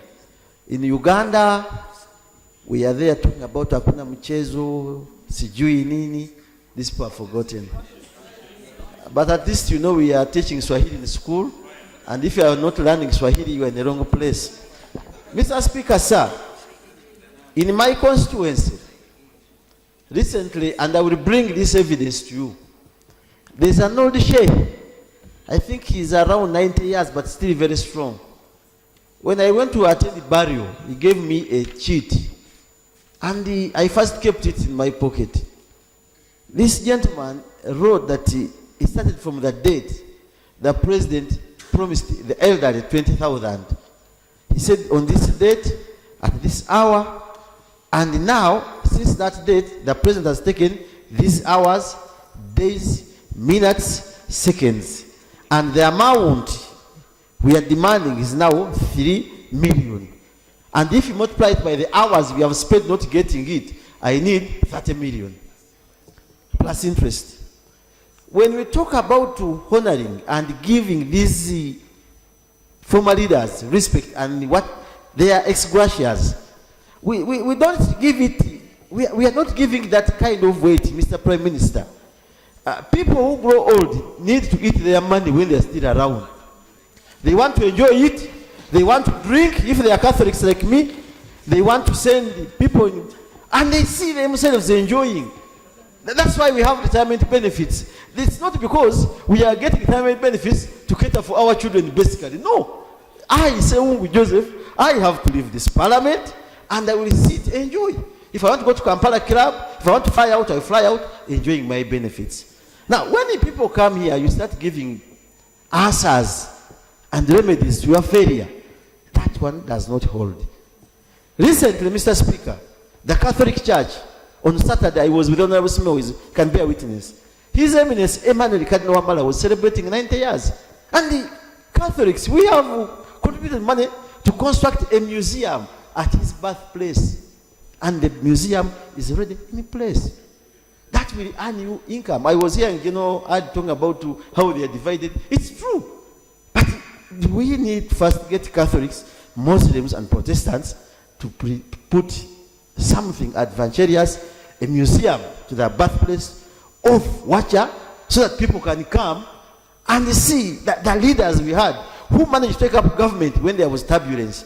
When you talk about 1980, you can't leave the Democratic Party out because it was between DP and UPC. UPC stole our votes, and of course, those are facts. Of course, Mr. Speaker, I know we are totally divided. You can see one side is seated there, the other one is this way. So, Mr. Speaker, sir,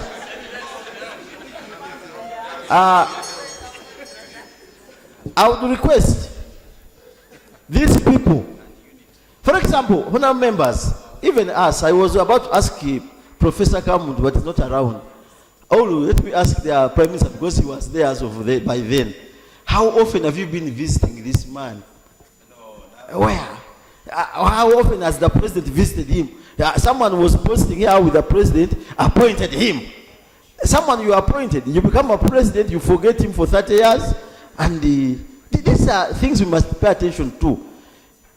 Look for those particular people, those historicals, find out where they are seated, visit them, know their condition, so that by the time they die, they feel happy that at least people have been paying attention to me. Mr. Speaker, I want to thank you very much for giving me this chance.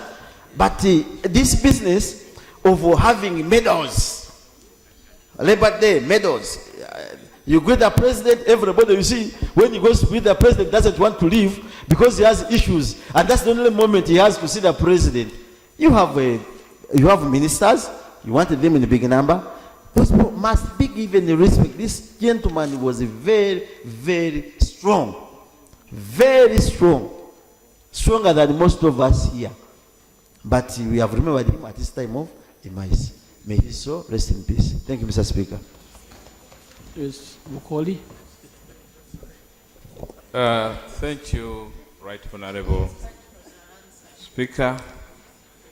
I want to join the rest to convey my tribute and condolences to the bereaved family and the nation at large. Mr. Speaker, on behalf of the people of Bukoli County North and probably Busoga region at large, you will allow me to use my natural title that when you are a prince, when it comes to functions of this nature, you talk on behalf of the whole kingdom. So allow me to do so. Right Honorable Speaker, I want to center my attributes to the late between the period of 1972 and May 1980, when I was a kid. In 1972, when His Excellency Wacha was a permanent secretary in the President's office, he was forced to retire around 1972 by Amin's government, and he settled in a place called the Amak Corner in Irira. Amach, the pronunciation is a problem. And when he was in his home, the Amin soldiers raided it, and by God's grace, he managed to survive. And it is at this time that his late beloved wife, called Alice, convinced him to leave this country and settle in Western Kenya in a place called Bungoma. It is at this moment that His Excellency exhibited skills and talent of a hard-working husband.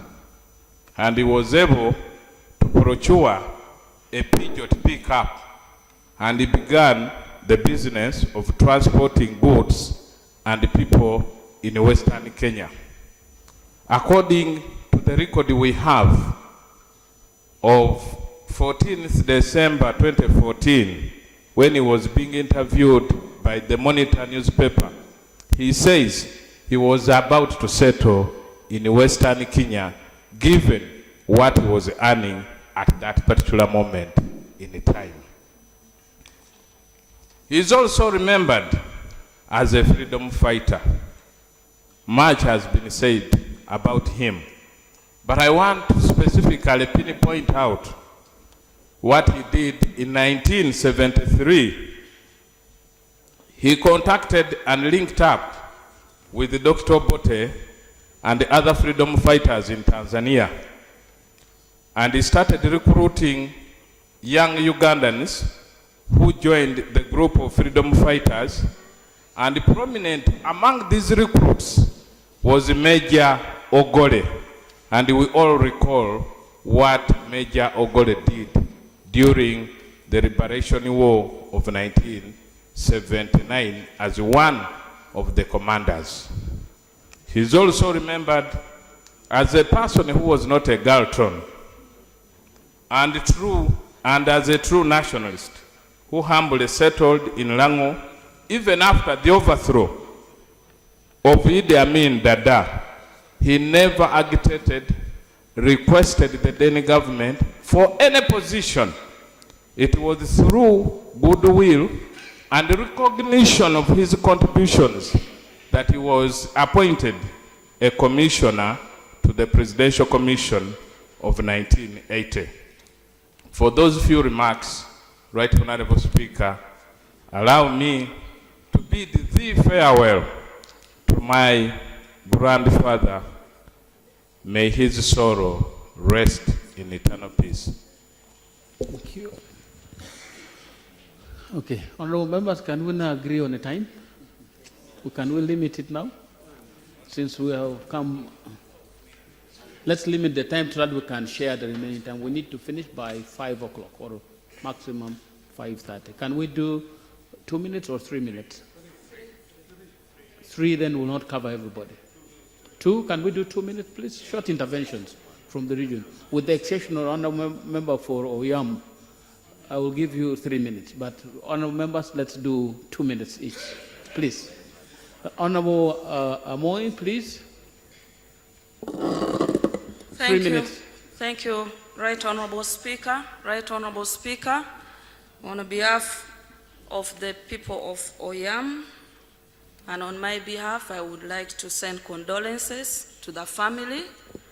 I want to start by, although people have thanked government, I want to specifically thank the Right Honorable Prime Minister for being very active and vigilant.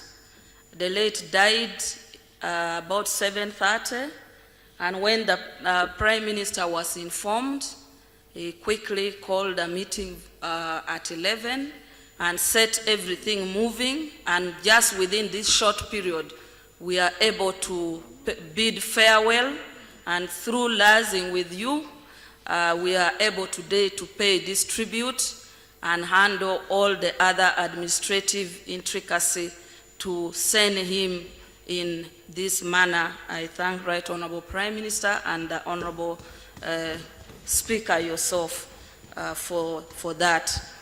Honorable Speaker, I got to know Mzee when we were, as now parliamentary group,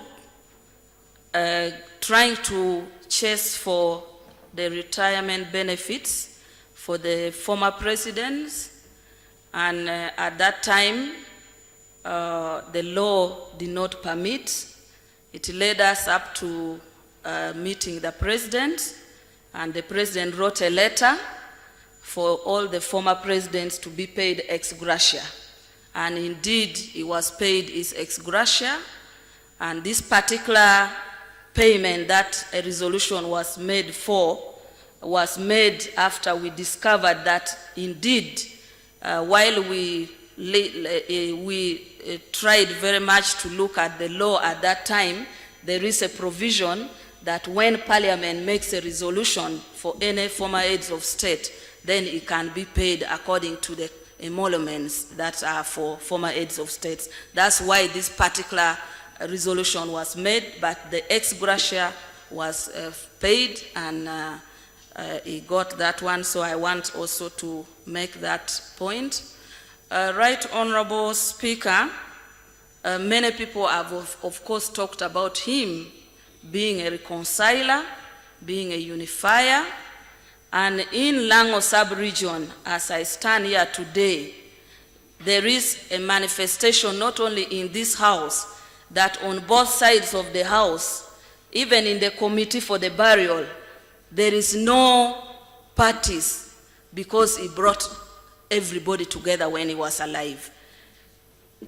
Just in Lango, the same is true, that when he died, in Lango sub-region now, everybody is joining hands together across political divide to mourn the great son of this country. So indeed, he was a unifier.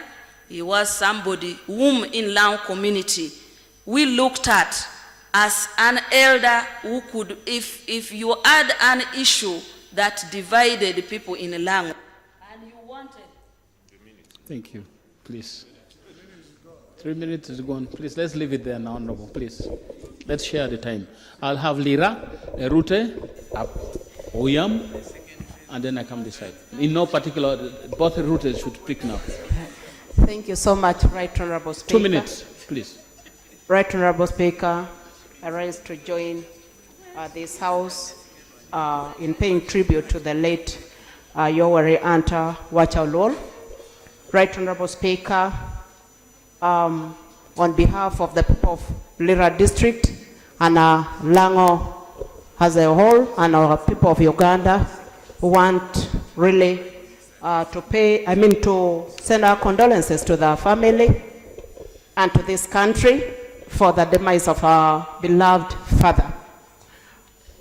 Mr. Speaker, the man we are paying tribute to was a man who was confident, dedicated, a man of integrity, a caring man, a man who was smart both in body and in mind.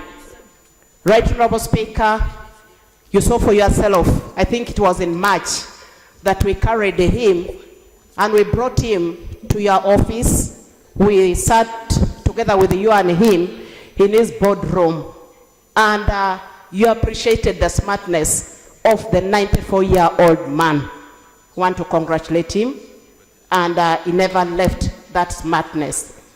Right Honorable Speaker, I knew Muzee even long time, because our home is not far from his home. But to interact with him one-on-one was in March this year, when he made a call to me as his member of Parliament. And I want to congratulate him. He recognized and he knew his member of Parliament. He wanted us to follow up on his benefits, Right Honorable Speaker, and the reason you accorded us that time in the order of business, and sincerely, we requested government to pay him. I want to thank government so much, especially the Prime Minister. He has assured us, the people of Lango, that much as he will not benefit himself, but his benefits will be paid. And I thank you so much, Prime Minister. I want also to thank government for the ex gratia that was paid to him. It was an oversight. In a real sense, he should have been paid every 5 years. His house refurbished, furniture replaced, a vehicle for him, and even security. But if you went to his home, all those are not there. But thank you, government, for what you are doing. Right Honorable Speaker, Muzee was a servant of the people. somebody who emerged from a teacher up to the administrative assistant in the office of the president. Administrative secretary in the office of the president. This called for integrity. There was no issue of corruption in him. You know, he was a hardworking man. I want to thank him so much. Right Honorable Speaker, if you followed history, the rest of his friends like Hernayo, Oriema, and those of Archbishop Janane Luhum perished in 1977. 40 years down the road, we are eulogizing Mzee today. I want to thank God for his life. 40 years from 1977 to 2017. Right Honorable Speaker, I want to leave this for this House and for government, that we used to have civics as a subject. We also used to have political education. Not that if we are trained or we are taught political education, we become all politicians, but it helps us in history. 2 minutes. Erute? Mr. Speaker, sir, I want to second the motion, which later I will propose an amendment, paying tribute to His Excellency Wacha Oluol, who is not only or was my voter, but we also come from the neighboring villages in Amach. We grew up knowing him as a man who was very distinguished in his service. And the epitome is when he was the PS in the office of the president. You know many people he groomed in this country. The Right Honorable Prime Minister was that time working in that office. And also His Excellency, the President, acknowledged in his letter when he was the PS. I think the current leadership that we thank the Prime Minister, His Excellency Wacha Oluol played a great part. We just wait to see when those cadres he groomed will admire him and retire in time, as he did.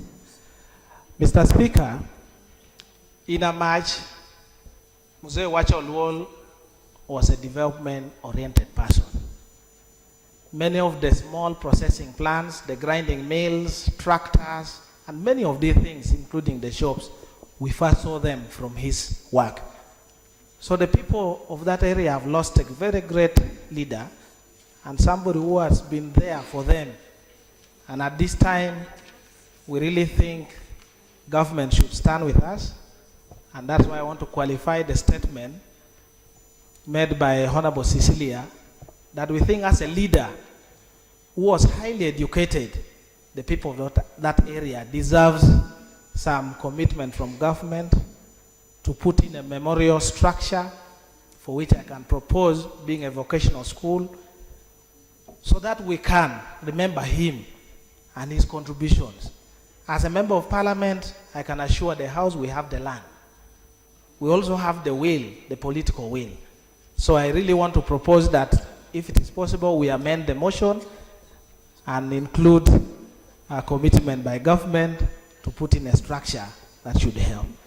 Lastly, I want to welcome all of you on Sunday in Amach, where the burial will take place.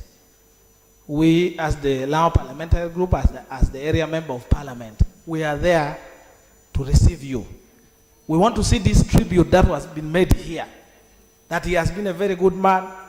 He has nurtured the Prime Minister, he has nurtured the President, he has nurtured so many. We want to see you in Lango, such that you also see some of the problems that we have, that sometimes when we talk about it here in the House, you may not understand and appreciate. Now when you come to my constituency, you'll be able to see some of the things, you will interact with our locals, and then we can give our Mzee a befitting send-off. I want to thank government for the contribution they have made. I know I want now to speak. Oyam, Padire, Gulu Municipality, Erute, then I go this side. Thank you so much, Right Honorable Speaker, for giving me this opportunity. On behalf of the people of Oyam, where the late was born, and on my own behalf, I want to support the motion by paying tribute to the late Mzee Yoweri Wacha Oluol.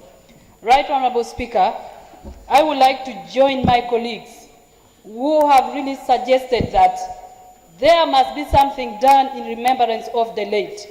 But I want to differ a bit and say that there were 3 presidential commissioners, Mr. Speaker and Right Honorable Prime Minister.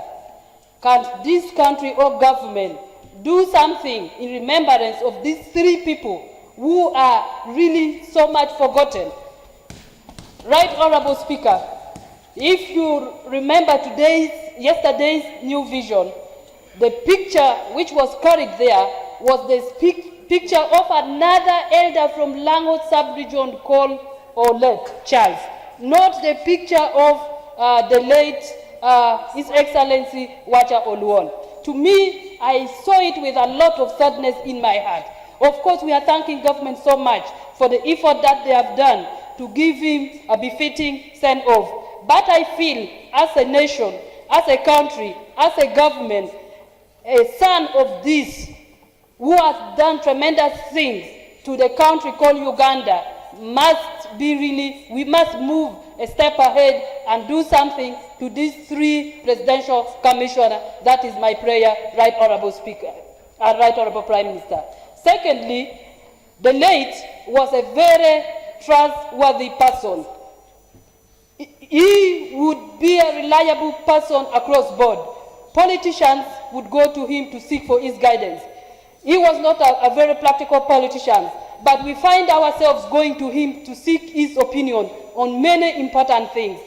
It's very rare these days to find a man of his caliber whereby he's loved across board, is trusted across board, in the religious circle, in the political circle, in the cultural circle, and even at a family level.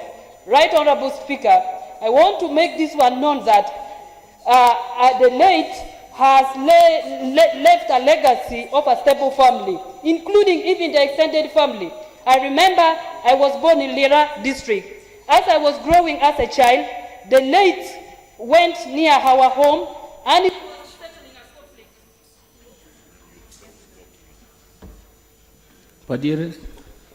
conflict. Right Honorable Speaker, thank you very much.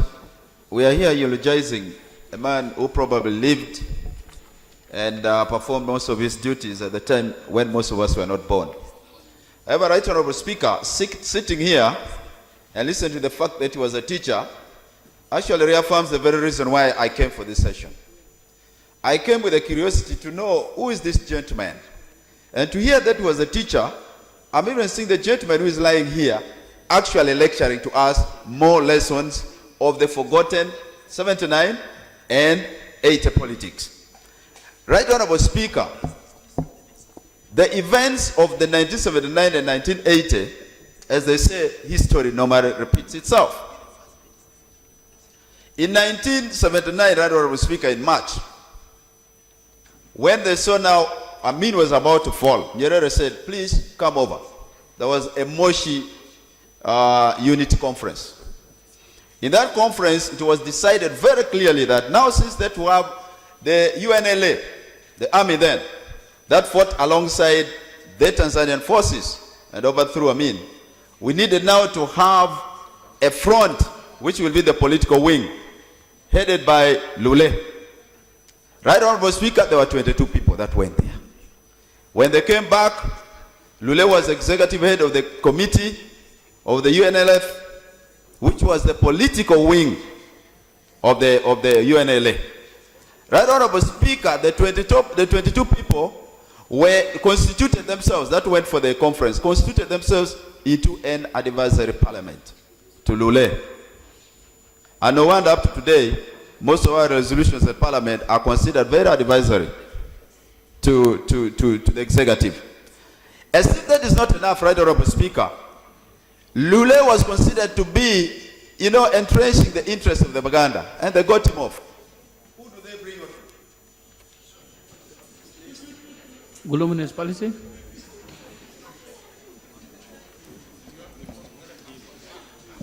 Mr. Speaker, sir, I join the rest to pay our tribute to our late grandfather. When General Moses Ali spoke, I think he brought something very, very important that you once stated 4 years ago, Mr. Speaker, in Entebbe, that we should use our past as a resource for the future. And I think this is very clear that this country still remains divided. And what Honorable General Moses Ali put across related to the work that Honorable the late did for this country, I think it is time for this government to have a deep reflection on a mechanism on reconciliation. And this should be nothing else but national reconciliation law should be in this country so that it has a fundamental basis for a sustainable future. The late is our son-in-law from Acholi, from the house of the chief Ogwok of Padibe. Because of this relationship, it brought a lot of closeness between the people of Acholi and Lango. I remember when the incidents happened on related to Joseph Kony attacking Lango. It was because of his advice when the late Okule Park was still alive that they had to go on radio Lango to voice the concern that was arising as a result of what was coming. And I think he stood for reconciliation for this country, and the government of Uganda as a permanent legacy should put in place this law. Mr. Ruti?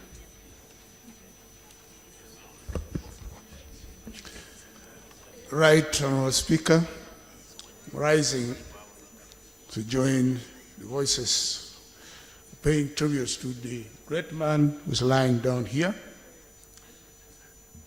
On behalf of the people of Erute County North and myself, I feel I should express really another sad moment when I'm holding this paper, Right Honorable Speaker. This man lying here helped me a lot. In this Parliament room number 215, I was arrested and detained there for 6 hours, and I was destined to go away from this country. But when he called me with my uncle, Mzee Nikanora Peter, they restrained me. I was described as a very dangerous man. Now, he is the definition of Lango, in the sense that when you are entering Parliament from the main gate, you see that emblem in the portrait of Amuka, the Rhino Cross. Therefore, this man is a very humble man. We have all known his humility, very intelligent man, and then one of the most hostile men in this world. In Lango, we have those people. He represented the humility part of it. People like the Yitu joke, the Ngiro Gutumoi Charles Abachason, were taking the wildest part of the people of Lango. But he restrained me. The Right Honourable Speaker, I'm holding a document here, which is very sad, regarding to one of our sons called Captain Awich Pola, and he's a lawyer. He's a major, who conned the late Mose Washa Olwol of 75 million shillings out of that Gressa payment. No, Honorable, please. I think leave that line. That matter came when we had a meeting in my office and was resolved in the presence of Muse Wacha. It was resolved. Please leave it. It was 89 million. He is the one who gave it to Major Paul Awich. He said it himself. Okay. So please, let's leave that line.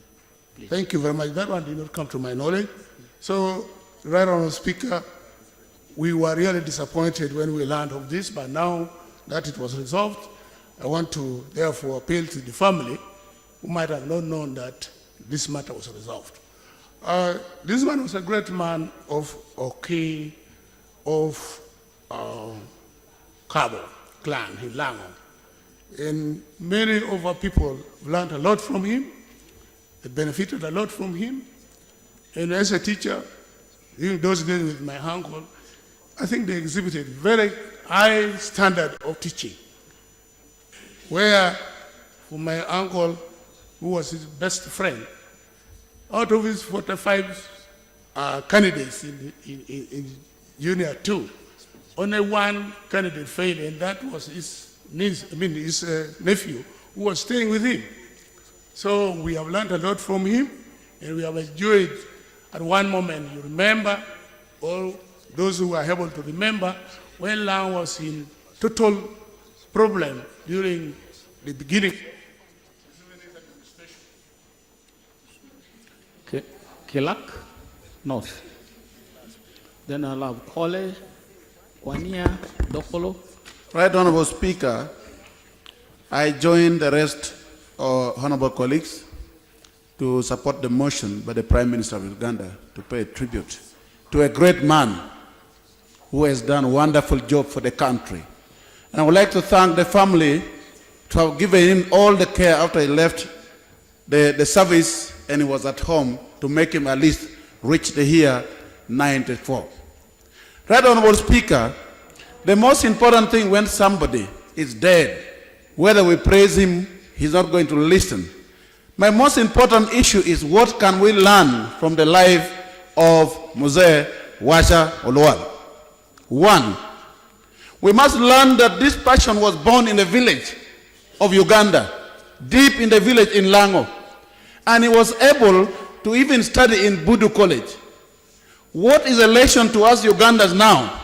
Do we still have that level of education in the villages in Uganda to enable somebody deep in the village to even join the rest of the rich children of Uganda to study in Budu?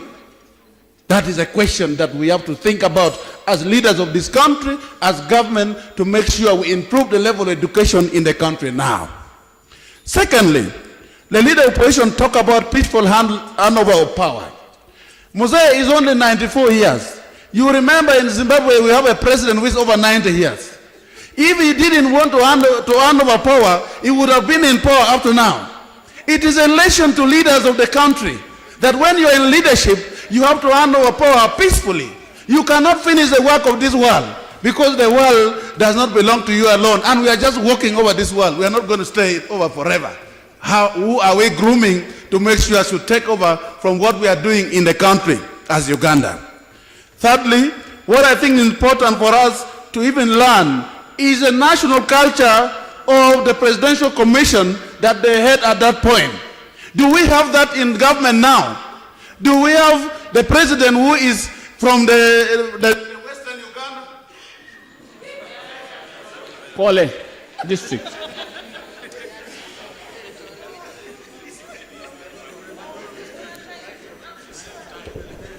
Thank you very much, the Right Honorable Speaker, for giving me this opportunity to also support the motion of paying tribute to our fallen leader. Right Honorable Speaker, I'm happy that our great leader, whom we are paying tribute to today, shared the same name with our president. The one who is lying here now has been called Yoweri Hunter. Our president is Yoweri Kagota.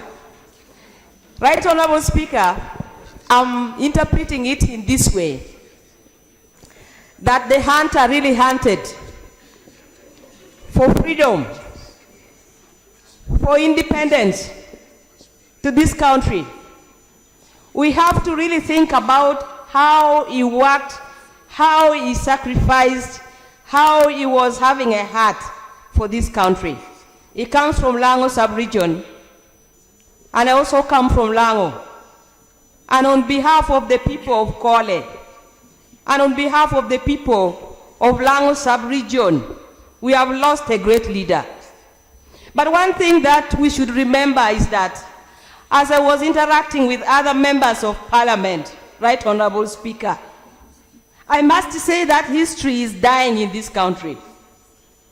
History is dying. Because even some of the members of parliament did not even know the late excellency. Did not know. They were saying, if we go to the floor of parliament today, what would we say? We have nothing to say about the late. Others were walking away. Yes, but I encouraged some of the members of parliament. I told them that people, let's go and attend. You never know. Leaders are coming from different parts of this country, and the same leaders would be brought even to parliament, and people would be talking about them, about their legacy. But the most important thing, Right Honorable Speaker, is how somebody lived, how somebody ruled. The legacy that you leave behind is the most important thing. But again, sincerely, to my dismay, the members of parliament, other leaders outside there, and also our own children now don't know history. They are learning about Vasco da Gama. They are learning about Speak and Button. But yes, if you ask some of us now, that tell me the first president of Uganda, who was the second one, the third one, up to the present leader, most of us will not be able to even say a word. Just like our children now. So what, I may ask our teachers sincerely, I may ask Minister of Education, that those days they used to teach these things like Honorable from Kalungu was trying to explain. Are they no longer teaching the history of Uganda in this, in their syllabus? I don't hear about them. That's why the late had not been known by most of the people who are living in this country, especially the young people.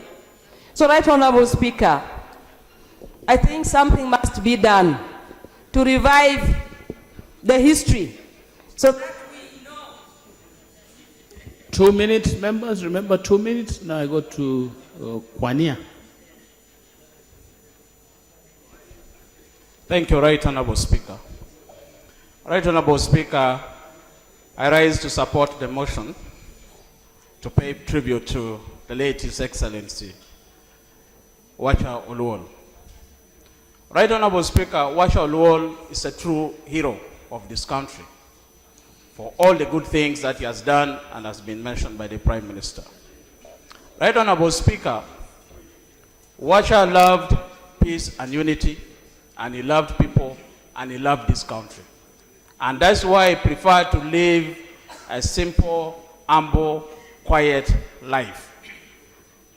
Even in his death, Right Honorable Speaker, we have paid tribute to people even in Parliament here. People who lived a life which was full of controversy, life that was not peaceful, life that did not unite people, even when they are dead. Controversy, disunity, and division continue.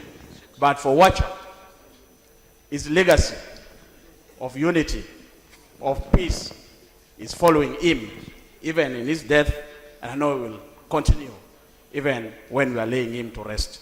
And that is one legacy that he has left, that many people should remember, that when you live by the sword, you die by sword.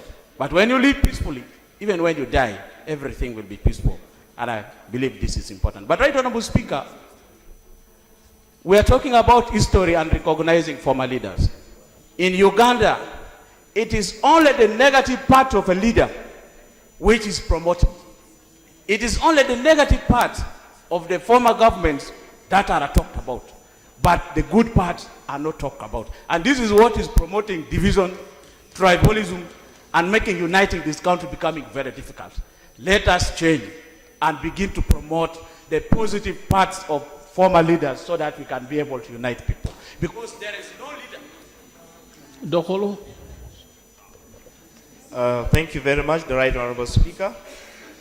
On behalf of the people of Dokolo North and my own behalf, I'm humbled to join the House in paying our humble tribute to the great leader.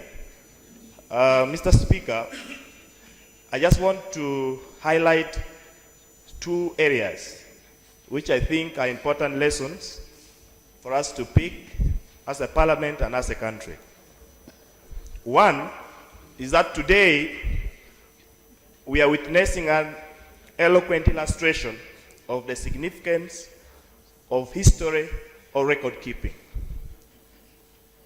I think it is an opportunity to reflect, to mull over, to ponder on the important events that have helped to shape the history and the future of this country. And that's why you have had many people, including leaders, did not know much about the events that are very key and central to the destiny of this country. But even above all of that, in 1980, I wasn't born yet. But I am attempting to reconstruct.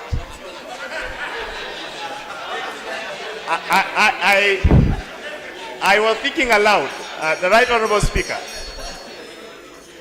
I was sitting back and reconstructing the events of that time. And Uganda, from what I've read, Uganda was facing uncertainty. We had just come from a protracted struggle, and there was disunity, there was pain, there was hatred. And we are looking for leaders who would help us to transit. And our elder, our leader, made it to the list.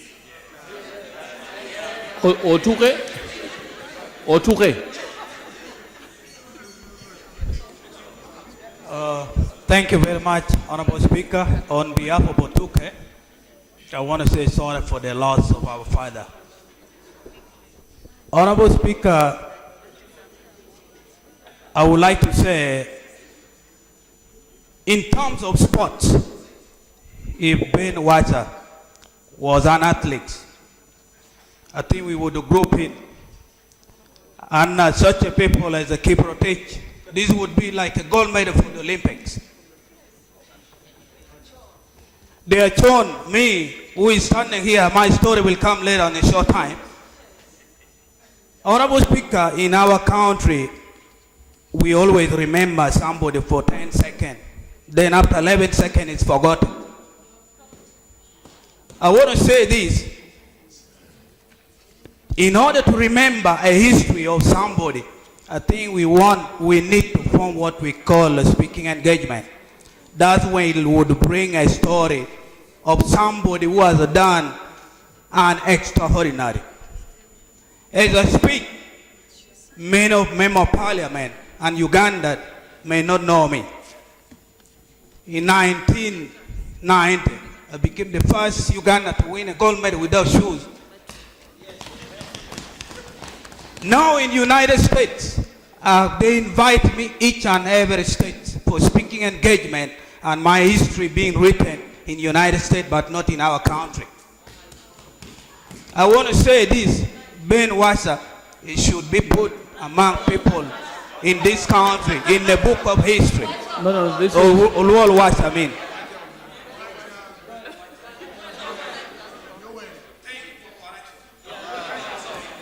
Kyoga. Mr. Speaker, sir, on behalf of the people of Kyoga and on my own behalf, I grieve with the family, the people of Lango and Uganda at large, upon the demise of our grandfather, the late President Wacha Oluol. Mr. Speaker, like it has been said, indeed, Wacha Oluol was a decent civil servant. He was meticulously clean, both in character and body. And indeed, he became a role model. He served with integrity, and there is nowhere in our record of him grabbing any property for his personal benefits. And he was able to ensure cohesion at a very difficult time when he was one of the titular heads of states. But a few observations, Mr. Speaker.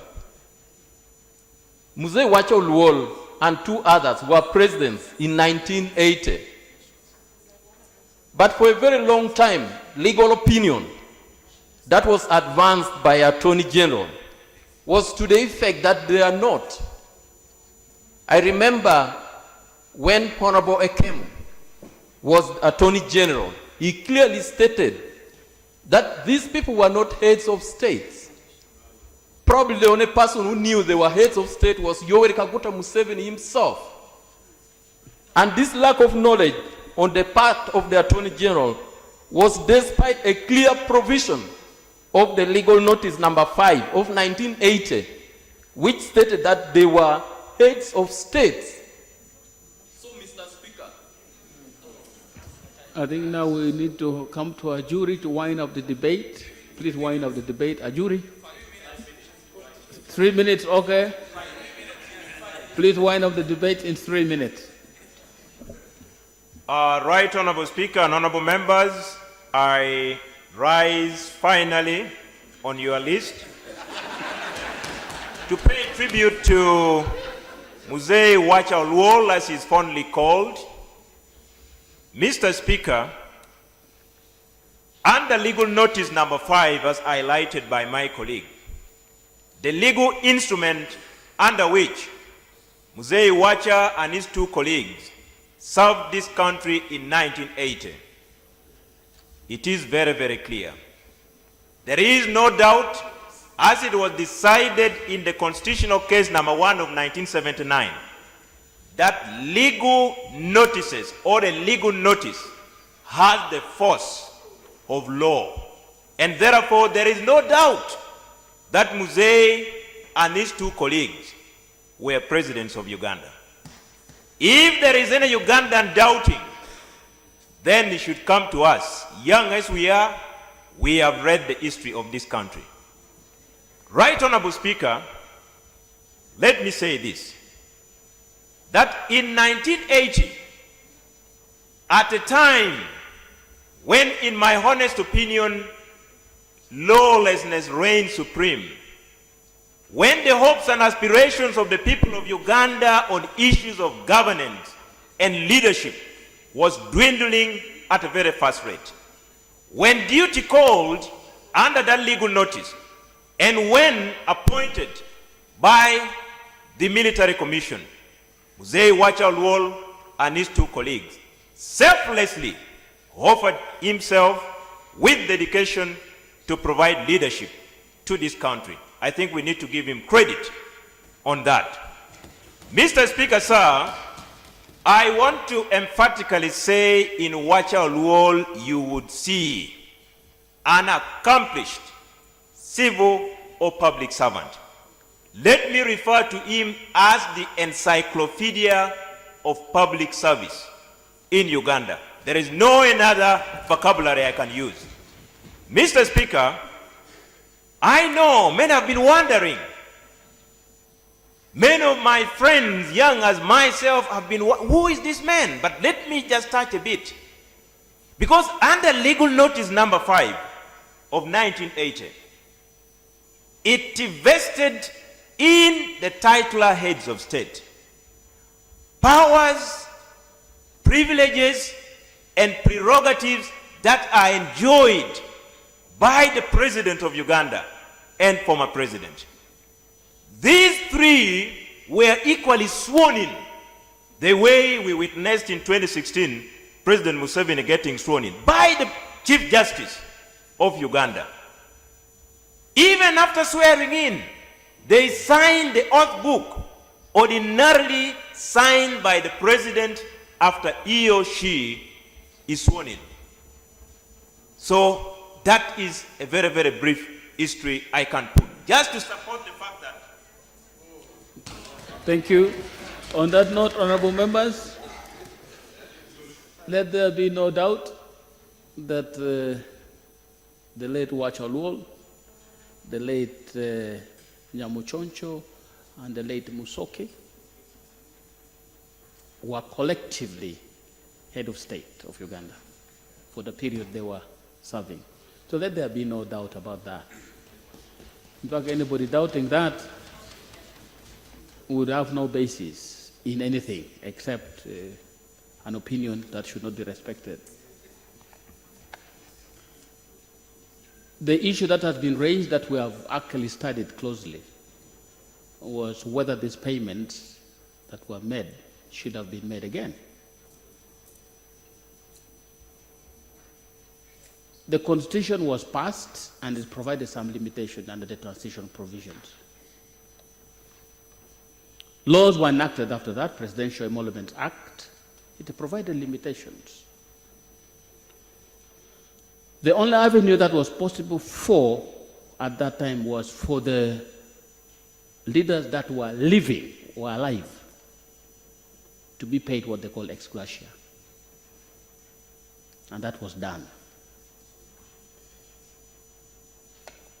When we looked at the law again, we found that under the Presidential Emoluments Act, cross-reference is made to the parliamentary emoluments, the payments law. That requires consideration for such leaders, when they are alive, to be treated by resolution of Parliament annually. And when this matter came up, I called a meeting, and the Minister of Public Service was there, the people from the Attorney General's office were there, and we had this meeting and we had this dialogue. Because the intention of the law then was to limit all those people who were before the 1995 Constitution. They were to be limited in the way they access money from government. And that's why these particular provisions were made. Now, the reason we used to make the resolution that was passed, the latest resolution, was that they were 3 in 1. So when one is alive, all of them are alive. So the benefit that accrues to any one of them accrues to all of them because they have families. So because His Excellency Wacha Oluolu was alive, the other families could benefit. That's why the resolution sought 1.2 billion shillings for the 3 families. And that's what was passed. And subsequently to be handled in accordance with the way that the government will deem fit. So that is the background to this. And let there be no here and there discussion about this thing. The matter is settled and this money should be paid. Right, Honorable Prime Minister, it's proper to do the proper thing under the law. Honorable members, Wacha Oluolu closes a chapter of a history. And this debate is one of the debates I have enjoyed. I am not debating. I'm just concluding this particular thing.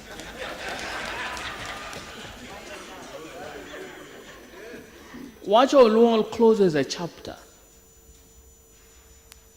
of a period this country should not forget.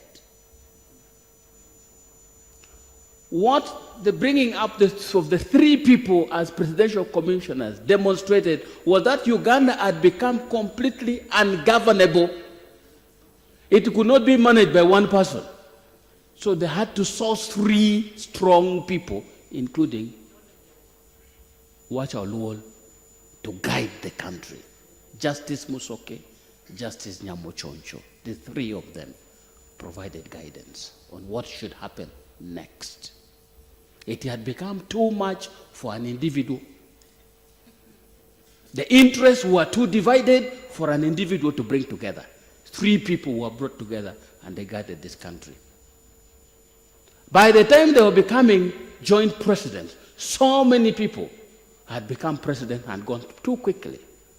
Statement is made about Lule, for example. He was 68 years and he ruled for 68 days. That was too short a period. But that speaks for the history of this country. So when we talk about Uganda today, we must not lose sight of how far we have moved from 1980 to date. We should not lose sight of that. It doesn't matter what we are talking about, but we must remember that we have been in some places where things were tough.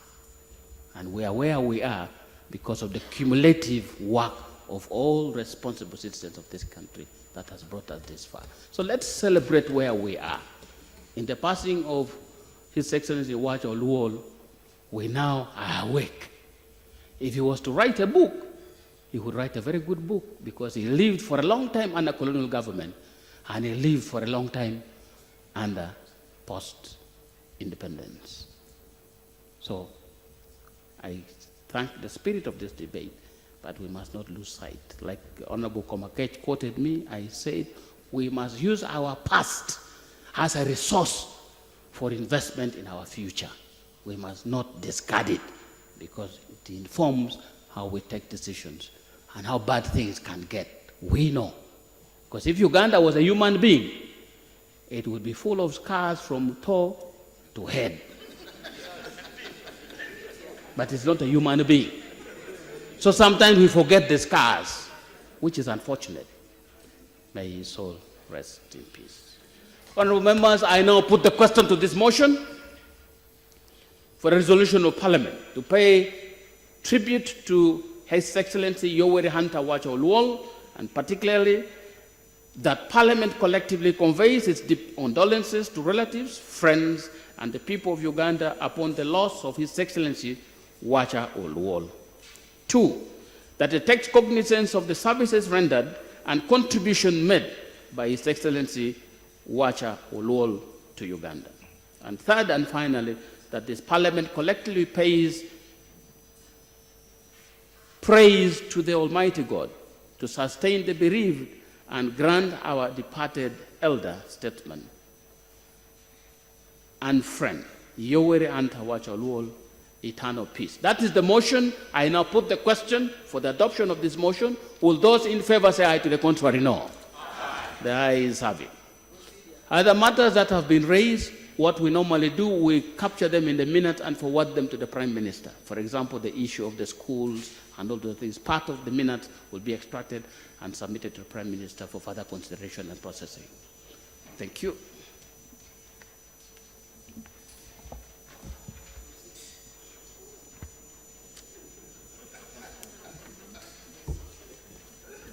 Please, let's stand up for the national anthem and the East African Community anthem. The anthems in reverse order.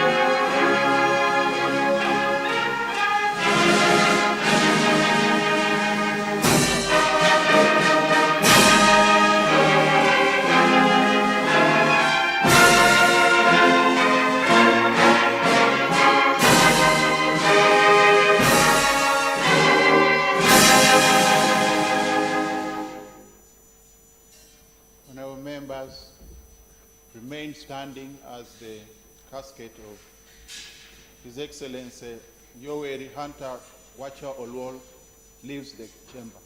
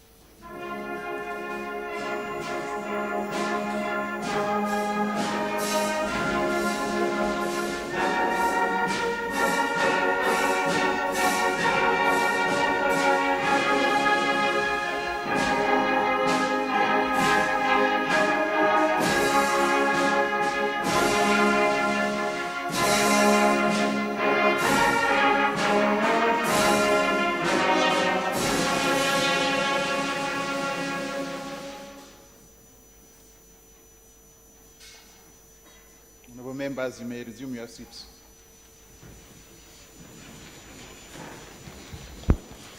Thank you, honorable members. Let me take this opportunity also to recognize those who had missed out, the Honorable Emily Tekat and Honorable Florence Ibi, who are also up in the VIP gallery. Please, thank you for coming. Honorable members, thank you for this, making the time to be here. As you are aware, plenary has been suspended for purposes that we all understand. But now let me communicate that we'll resume plenary on Tuesday to handle the business that is pending before us. But this special sitting is now adjourned. Thank you.